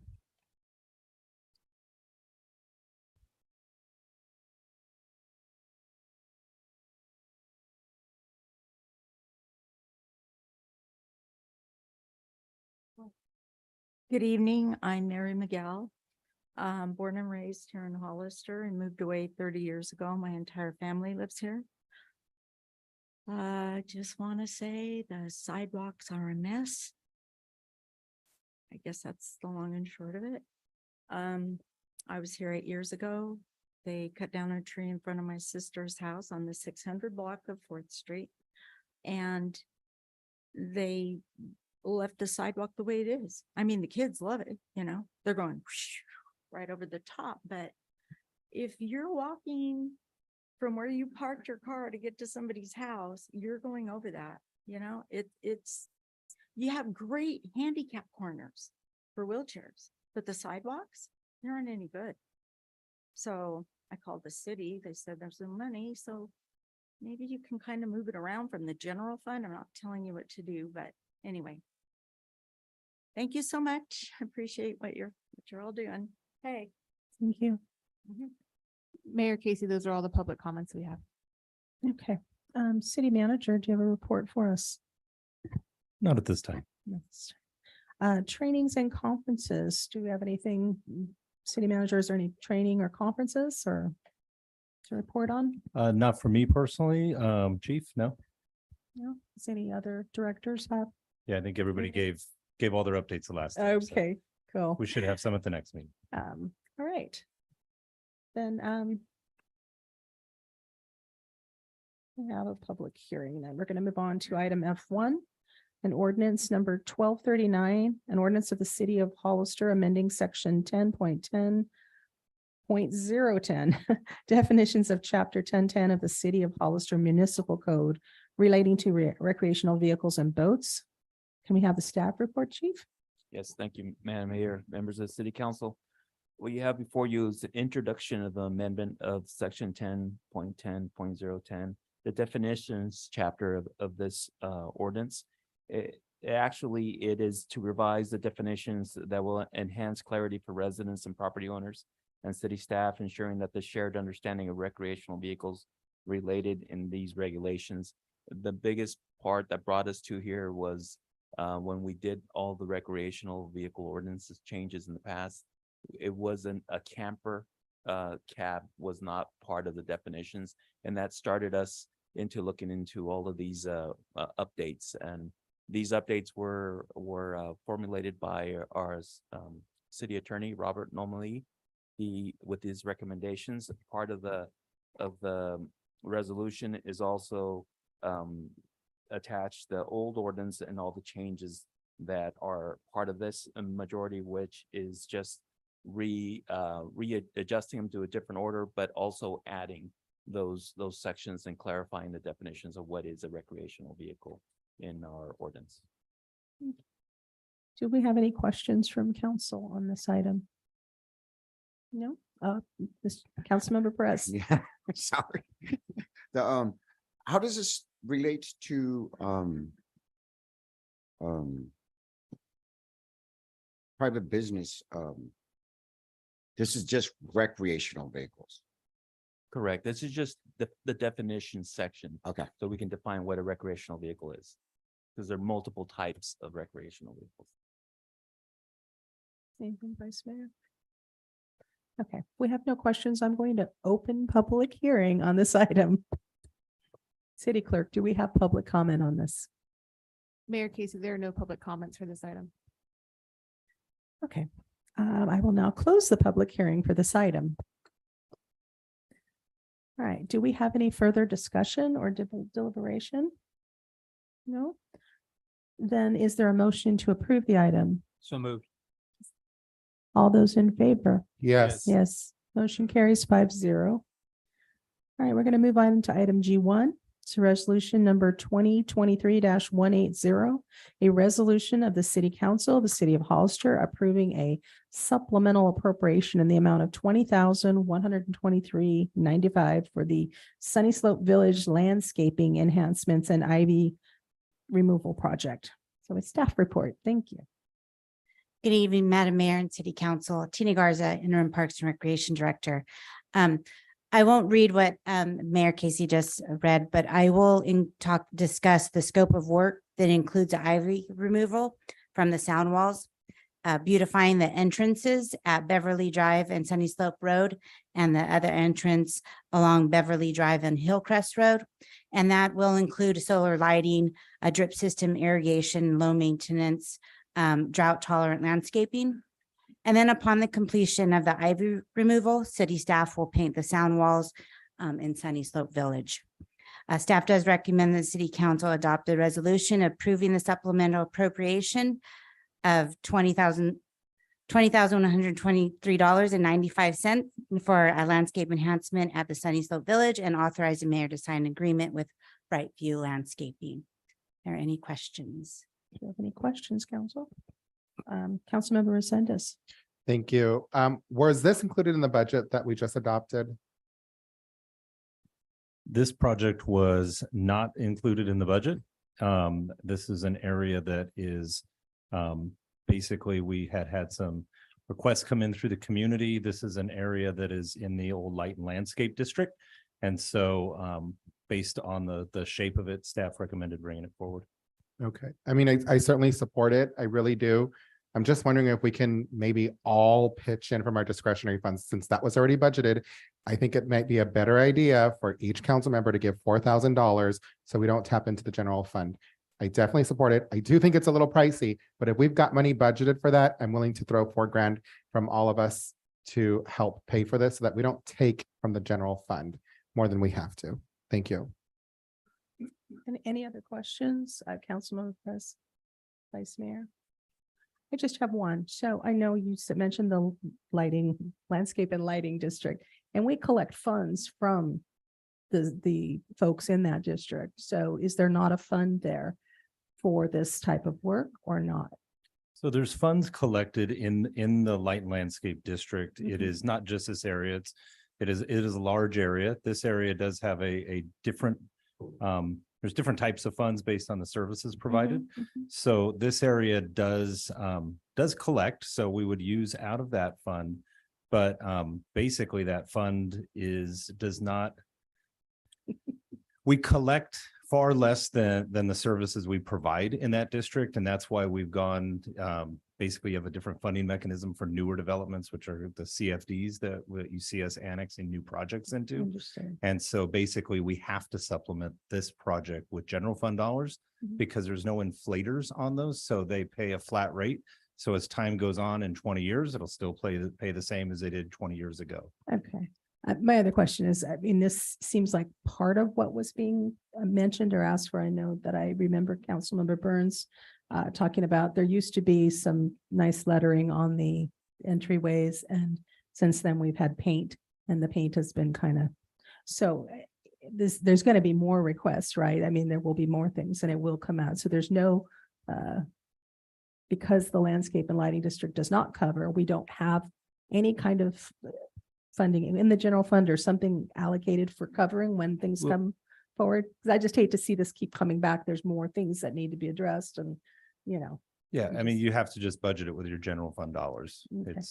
It is what it is. Right. I mean, it's. Gotcha. Okay. And I clarify. think that's why you've seen cities go to the newer financing model with the newer projects. And so by bringing this will allow them to get the work done, hopefully prior to the rainy season as well. Okay. Are there any other questions? No. Do we have public comment on this item? Mayor Casey, there are no public comments for this item. Okay, so we can open this for just more discussion and deliberation. Councilmember Burns. Thank you, Mayor. So I want to thank Councilmember Resendez for being willing to open his discretionary money. However, I actually think it would be better to go through the general fund for this, since it's a project specifically in District 4. And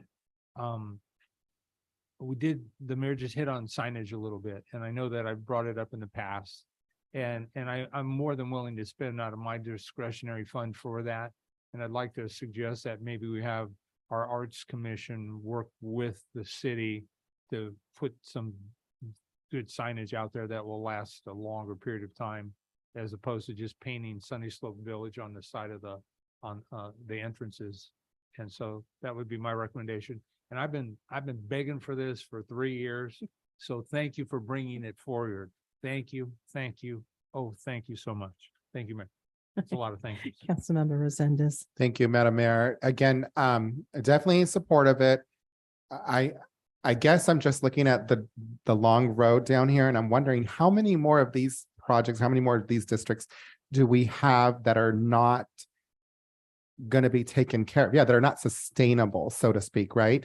I think I'm just wondering, we probably should look at that and we probably need to look at what other cities are doing and come up with some solution to do that, whether it be that we budget for it every budget cycle, but we can't just keep taking from the general fund, because if we do that, let's say 50, 100 years from now, it's going to deplete our general fund, because it seems like it's, yeah, that's my biggest concern, is like how many of these projects are out there and what is the most appropriate way to handle this that other cities are doing. Thank you.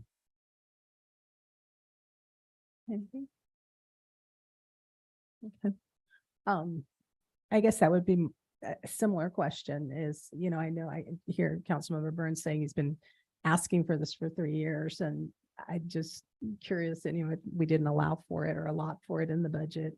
I know you weren't here, city manager. I'm just saying that we should take a look at any LLDs or whatever they're called, to be able to plan for them. I don't know that we have that many. I know we've switched to the CFD model, but do we have a number of them? How many do we actually have? Well, there's the Light Landscape District. So I can send out the report. We went through in June. There was a series of meetings where our engineer had brought that forward. And there's an attachment that lists every street that's part of that. And then along with the fees that they pay. And it's, it's on an annual assessed basis. So I can send that out and that'll give you all the road segments that are included in it. It's a significant amount of, the city. So think of everything before Sunny Slope Village. It would, I guess roughly, that's- without looking at it, you have quite a bit of the Yeah. city is in that. Yeah, it just seems like it's a bigger issue than just Sunny Slope Village and the $20,000. So I think we do need to, consider it and or build it into the budget. I don't know that discretionary funds are going to be able to cover everything for every one of those that's out there. So that's just my thoughts. And if you bring that forward, that would help us to plan for the next year. Councilmember Resendez. Thank you. And I'm going back into time here. I think this is what Marty Richmond used to talk about, like the old Melrose and how it doesn't cover the cost. So I think it's a huge problem that could potentially build up, and we haven't talked about it since Marty's been gone. So I think that we probably should prioritize looking at how we can solve that or some creative ways to address the issue. Thank you. Mayor, Yes. may I comment one Yes, more time, please, Councilmember So Burns. one of the things, again, I've been hounding the city for probably 3 years almost as well, is for Public Works to actually hire a staff painter. And I guarantee you could keep 1 or 2 painters busy all year long if they were to simply do all the sound walls and just put them on a regular maintenance. And in their spare time, they could do graffiti and they could do litter control. And so I think there's plenty of opportunity here. And yes, it would still come out of general fund, but at the end of the day, it would be employees that we would have direct control over through the city manager's office. And I've seen this work in the city of Fresno, where we actually hired an abatement team to go out and clean alleys and then do code enforcement abatements. So there's absolutely a model of success. And so again, there's going to be a cost to it, but Sunny Slope Village, those walls haven't been painted in probably 25 or 30 years. And the water system hasn't worked probably well for 20 years.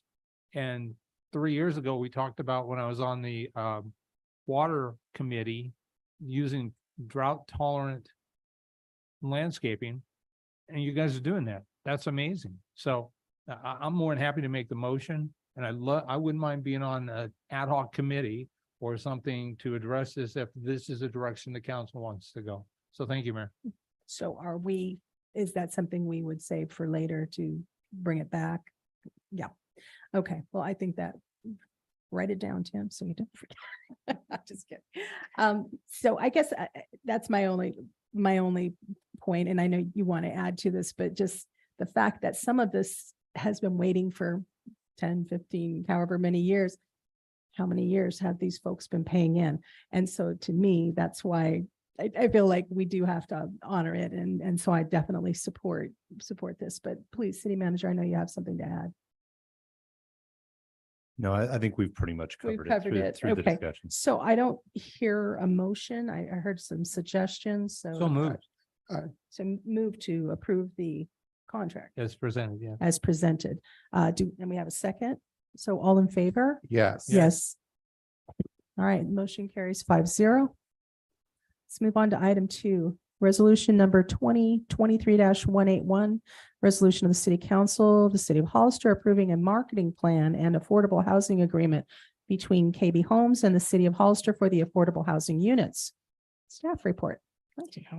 Yes, good evening. I don't have too much to add. One thing that I would like to add, though, in terms of the staff recommendation to approve the affordable housing agreement, marketing plan, and all attachments is to also include in your motion to add for the city manager to execute the agreement and any and authorize any subsequent amendments as well, please. That's one thing that I would like to add as part of that, please. Can we do that, city attorney? So yes, you can, whoever makes the motion can make a motion to approve add the it. resolution with the recommended revision. And that was to execute the agreement? Execute the And- agreement to authorize any subsequent amendments, please.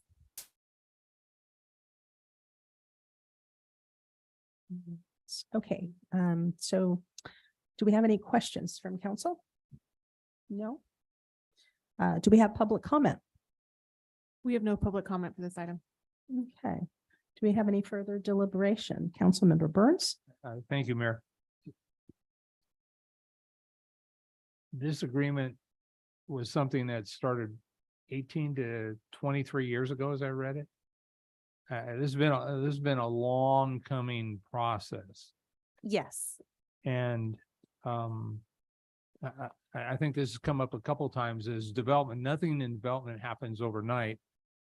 I guess the good news is we do have some affordable housing elements in here, but and I was pleased to see the I don't remember the name, Key something. House Keys is a House Key. third-party administrator. Right, for right. And it seems like they really have crafted a program to work for us because these affordable housing units are time sensitive. And I appreciate the city manager really negotiating what I think was the best deal we could. I will say it's not as good as I would like for it to be, but I wasn't on the council 23 years ago. And so, and I also found it really interesting. We've had a long discussion on almost a weekly or a council meeting basis that talks about development, and it never seems to be quite smooth. And I noticed in this case, the early documents, the votes were taken in, go figure, it was 3-2 splits pretty consistently. And so it's been a pretty controversial topic for 25 or more years. And so since we can't go back and demand more, I think we just kind of have to accept what there is, recognizing there is also some sort of a settlement agreement. So there's a lot to this. And for anybody that's looking or paying attention to this council meeting, I strongly encourage you to go in and read the 200+ pages of legal documents that we had to go through. And so I almost feel like our hands are tied. I don't think we could do any better.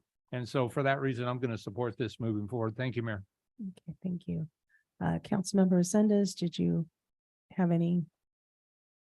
Was it questions? Are we still at questions? We're at comments. Okay, any comments on this item? Not at this time, considering I missed the entire item. My apologies. Councilmember Vice Mayor, no comments. I have nothing to add either. So can I get a motion on this item? So moved with the proposed additions. Okay, is there a second? Second. All those in favor? Aye. Yes. Motion carries. I Okay, abstain. Yes. So 4-0-1, is that right? Okay. All right, so now we're going to move on to items H, the reports of city council, officers, boards, and committees. So if you have a report, Councilmember Burns, do you have anything to report? I do not, Mayor. Thank you. Councilmember Sendes. Are we on information or ad hoc? I'm sorry. This is reports on committees which you serve on. I do not have anything to report and I won't for quite a while. Thank you. Councilmember Perez, do you have anything to report? Nothing to report. Vice Mayor? Yes, this week we will have the California Transportation Commission do a town hall, and then we're having the next day tour.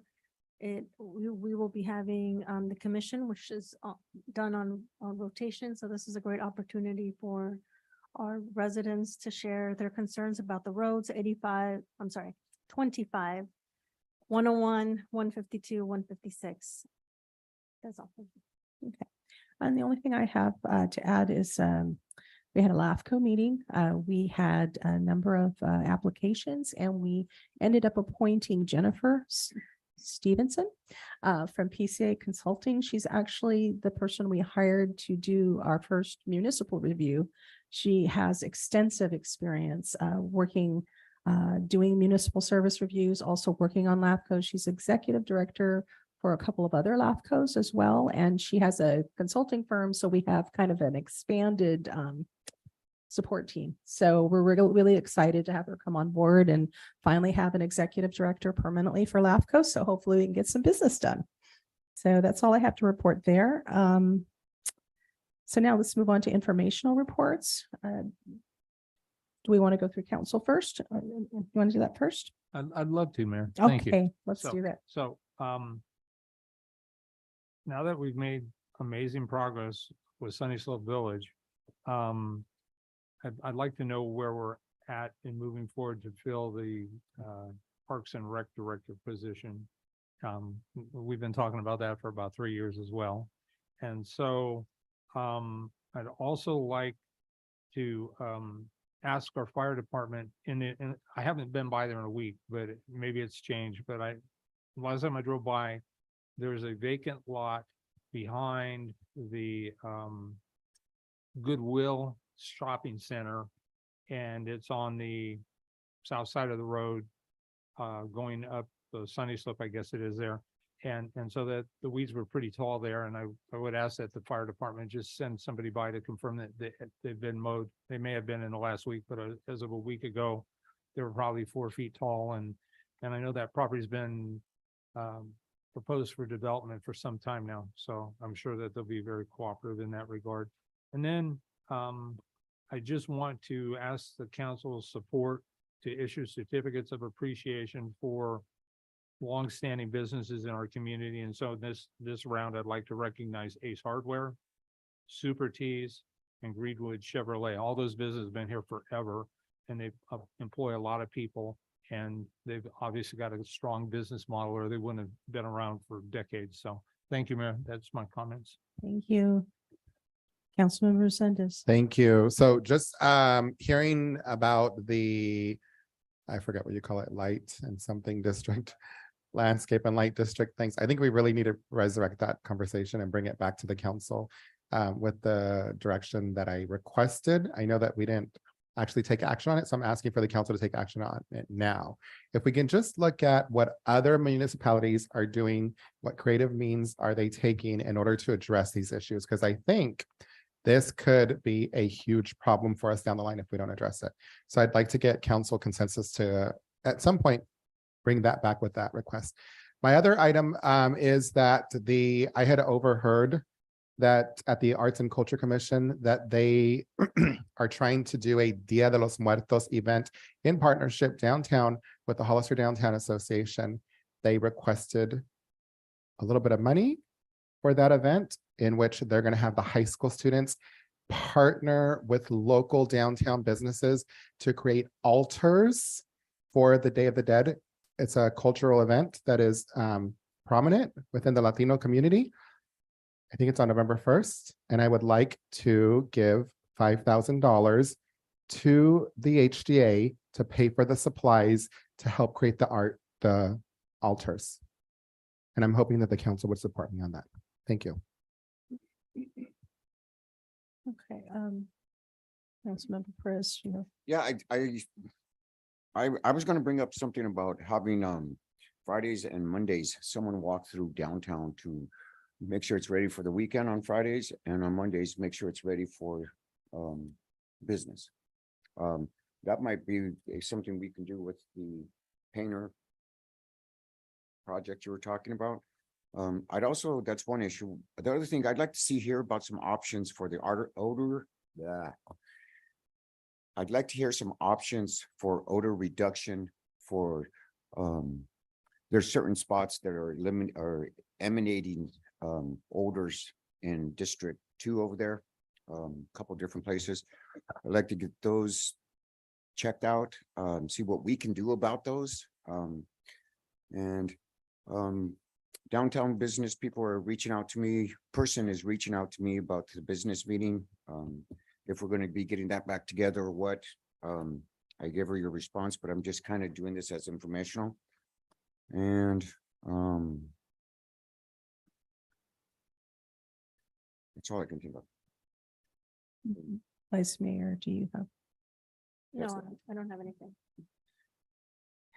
I have a couple of things. Well, actually, I think I'm gonna reserve one.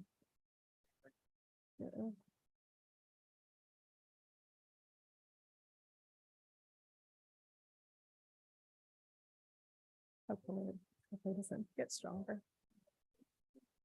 Yeah. I'd so request we take a 5-minute break, Madam Mayor, if we can. Is that all right with the council to take a 5-minute break, or do you want to continue? What's the will? I'm fine to take a 5-minute break. Maybe it'll Okay. stop moving. Okay, let's take a 5-minute break then.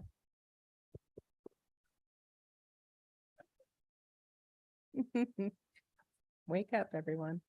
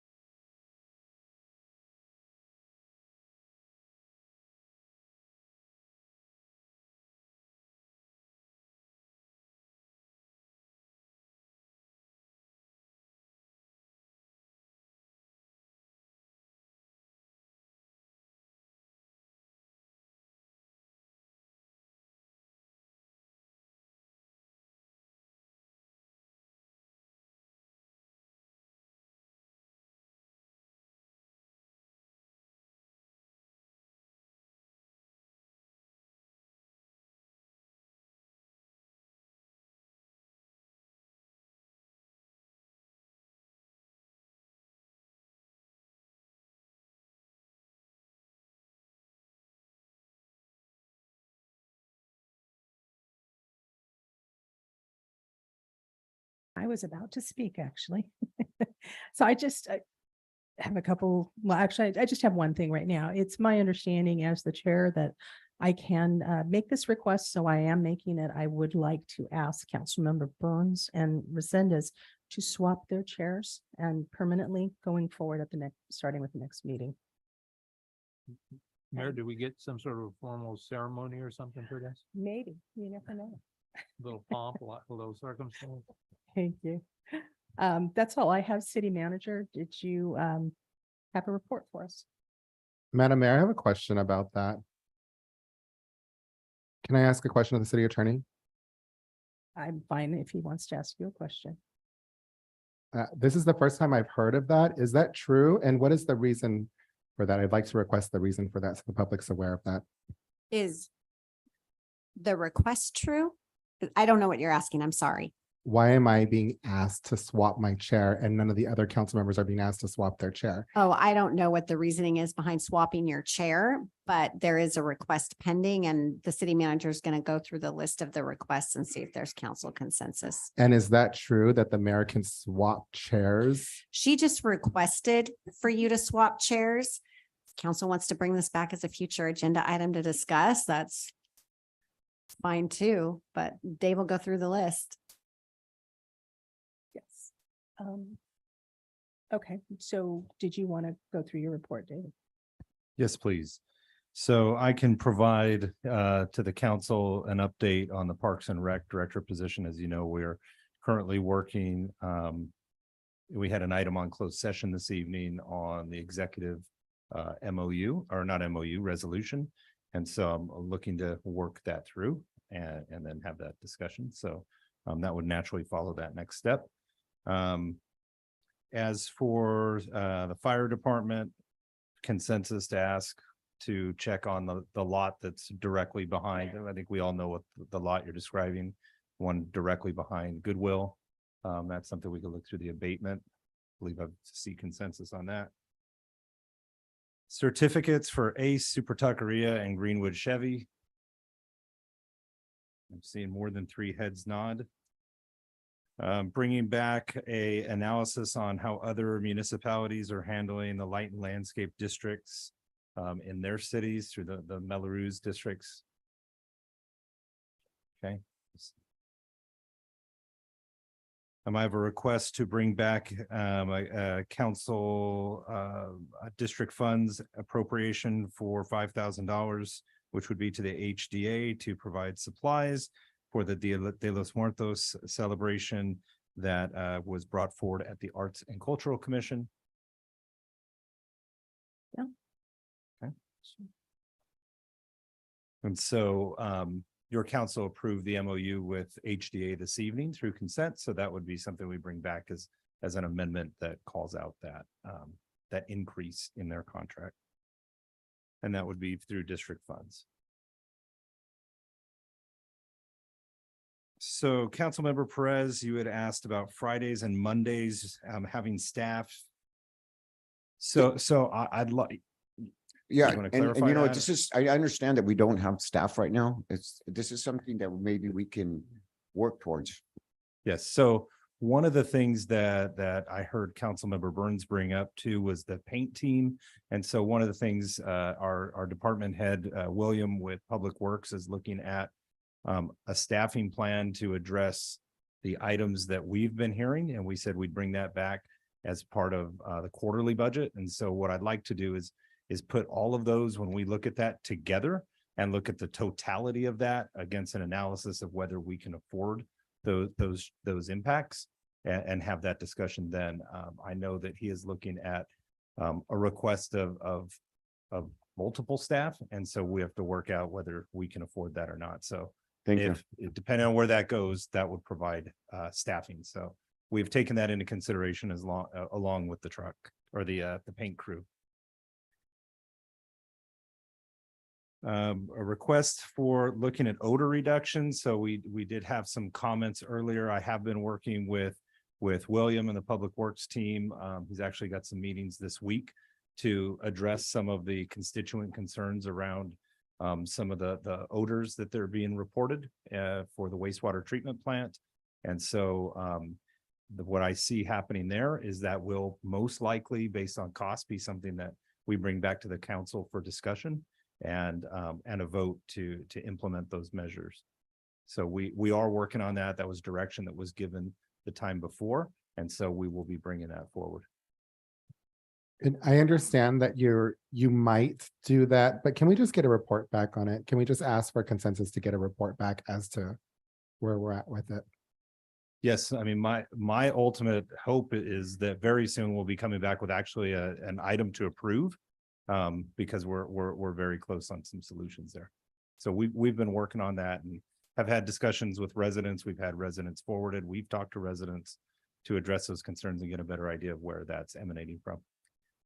City Manager, just a note, because we've heard a lot of folks speak about it, and I've heard several mention it in the middle of the night or wee hours of the morning. So it just want to make sure if you're trying to check for smell that we do check during that time frame to see if there's something specific happening there. Yes, and I believe that our Public Works Director has that under control. He's on it. Okay, good. Thank you. Downtown business meeting. So we actually met with HDA today, and we're working just on a couple dates and confirming locations to bring that back and have a discussion with the business community.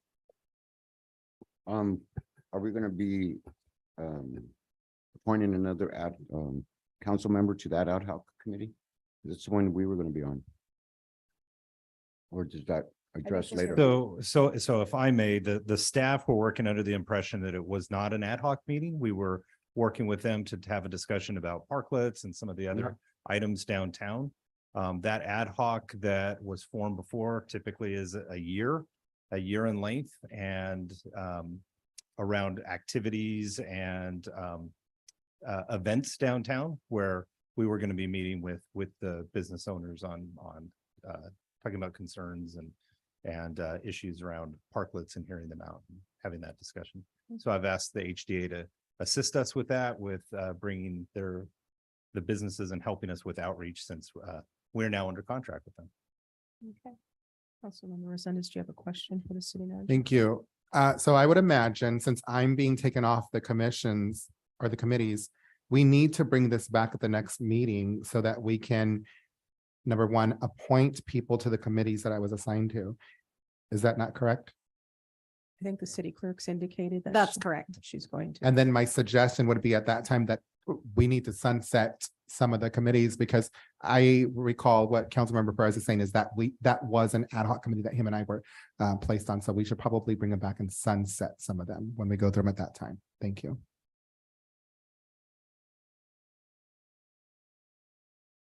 Okay, then lastly was the request of the mayor to have Councilmember Burns and Councilmember Resendez swap chairs on the dais.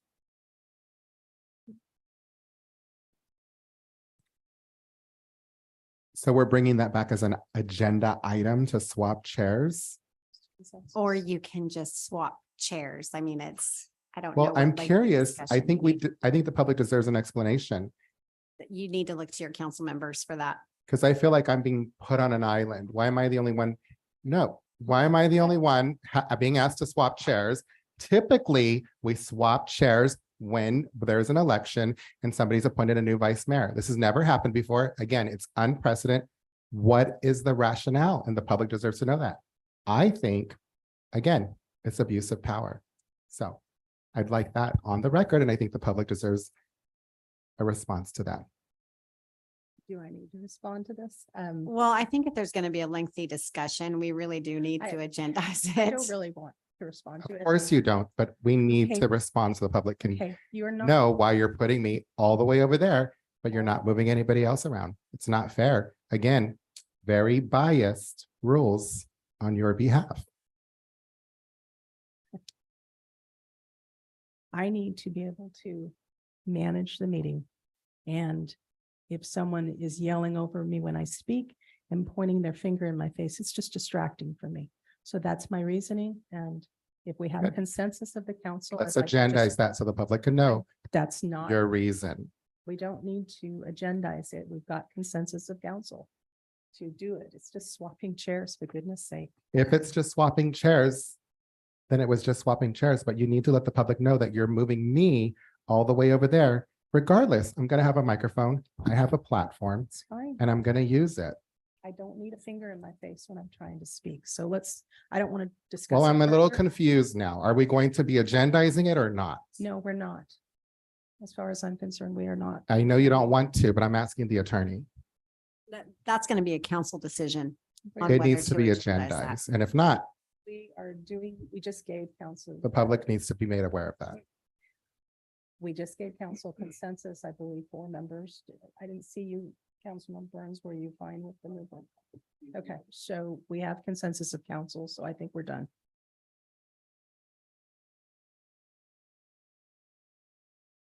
That's the end of the request. Okay. Thank you. City Attorney, did you have a report for us? Just a quick comment. So on August 30th, our office, along with each of the council members and the city manager, received a letter from Brian Hildreth with the law firm that represents BIA. I responded to that letter on September 1st. Their letter sought to understand the breadth and depth of city ordinance, and our office is not in the business of explaining ordinances to other attorneys. So it was a very nice letter. I will forward it to all of council as well, since you were BCC'd in the original letter, but the letter was responded to.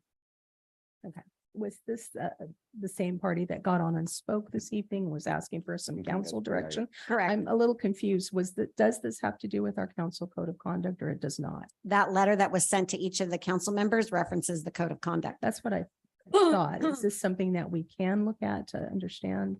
Because I do recall something about the policy and when it was enacted and there was some. They're asking our firm to interpret it for his firm. Mhm. I recommend you don't use the city attorney's office in that regard. No, that's not what I'm Mm. asking. I'm trying to see if there's direction or some information you can provide to us so we know.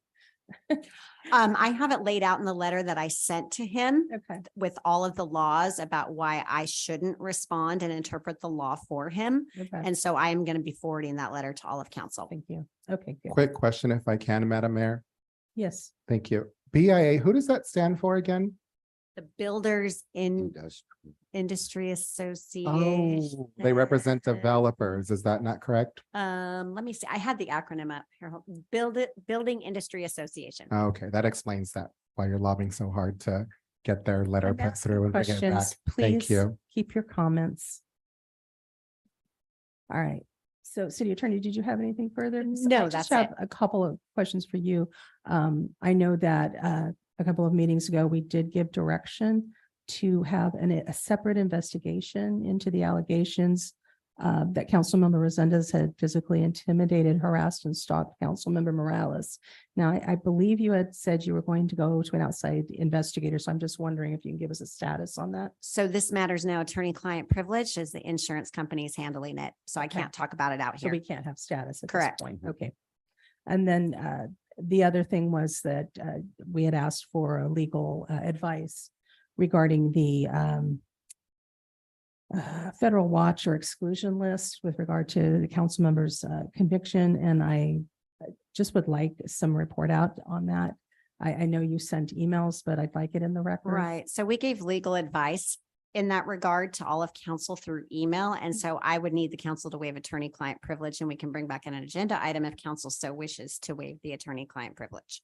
What's the will of the council? Madam on Mayor, I've this? got a question. Sure. Thank you. Would you recommend waiving attorney-client privilege? I never recommend waiving attorney-client privilege. Thank you. My concern is that, again, I'm being singled out. Not all the stories being told,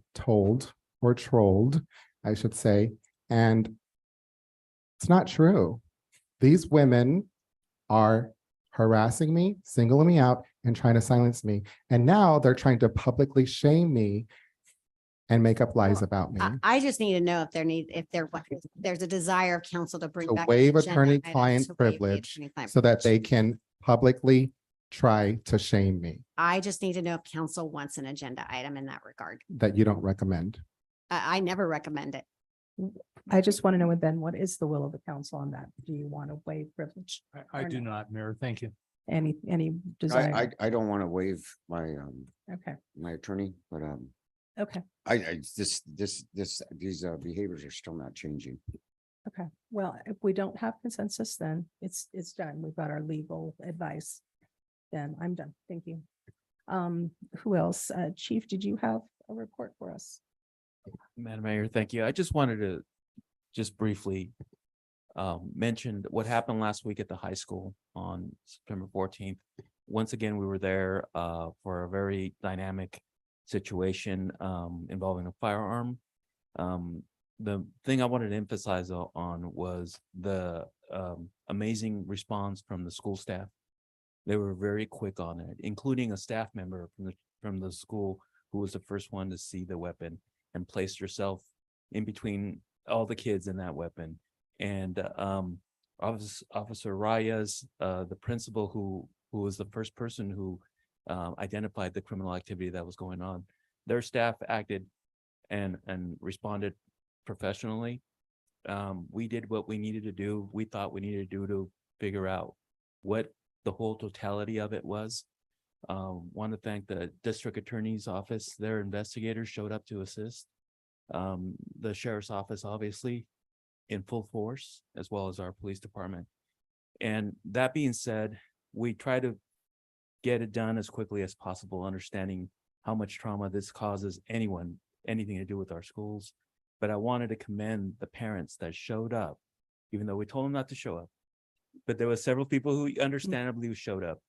We were speaking to them throughout the time that we were out there, and the great majority of them were understandingly upset, but they were cordial, they were polite, and they were just under those situations, admirable the way they were acting towards our law enforcement. They were not in the way, and they were very responsive to us. So I wanted to commend as well those parents that showed up for trusting that the school and the police department had the best interests of their children and the staff there.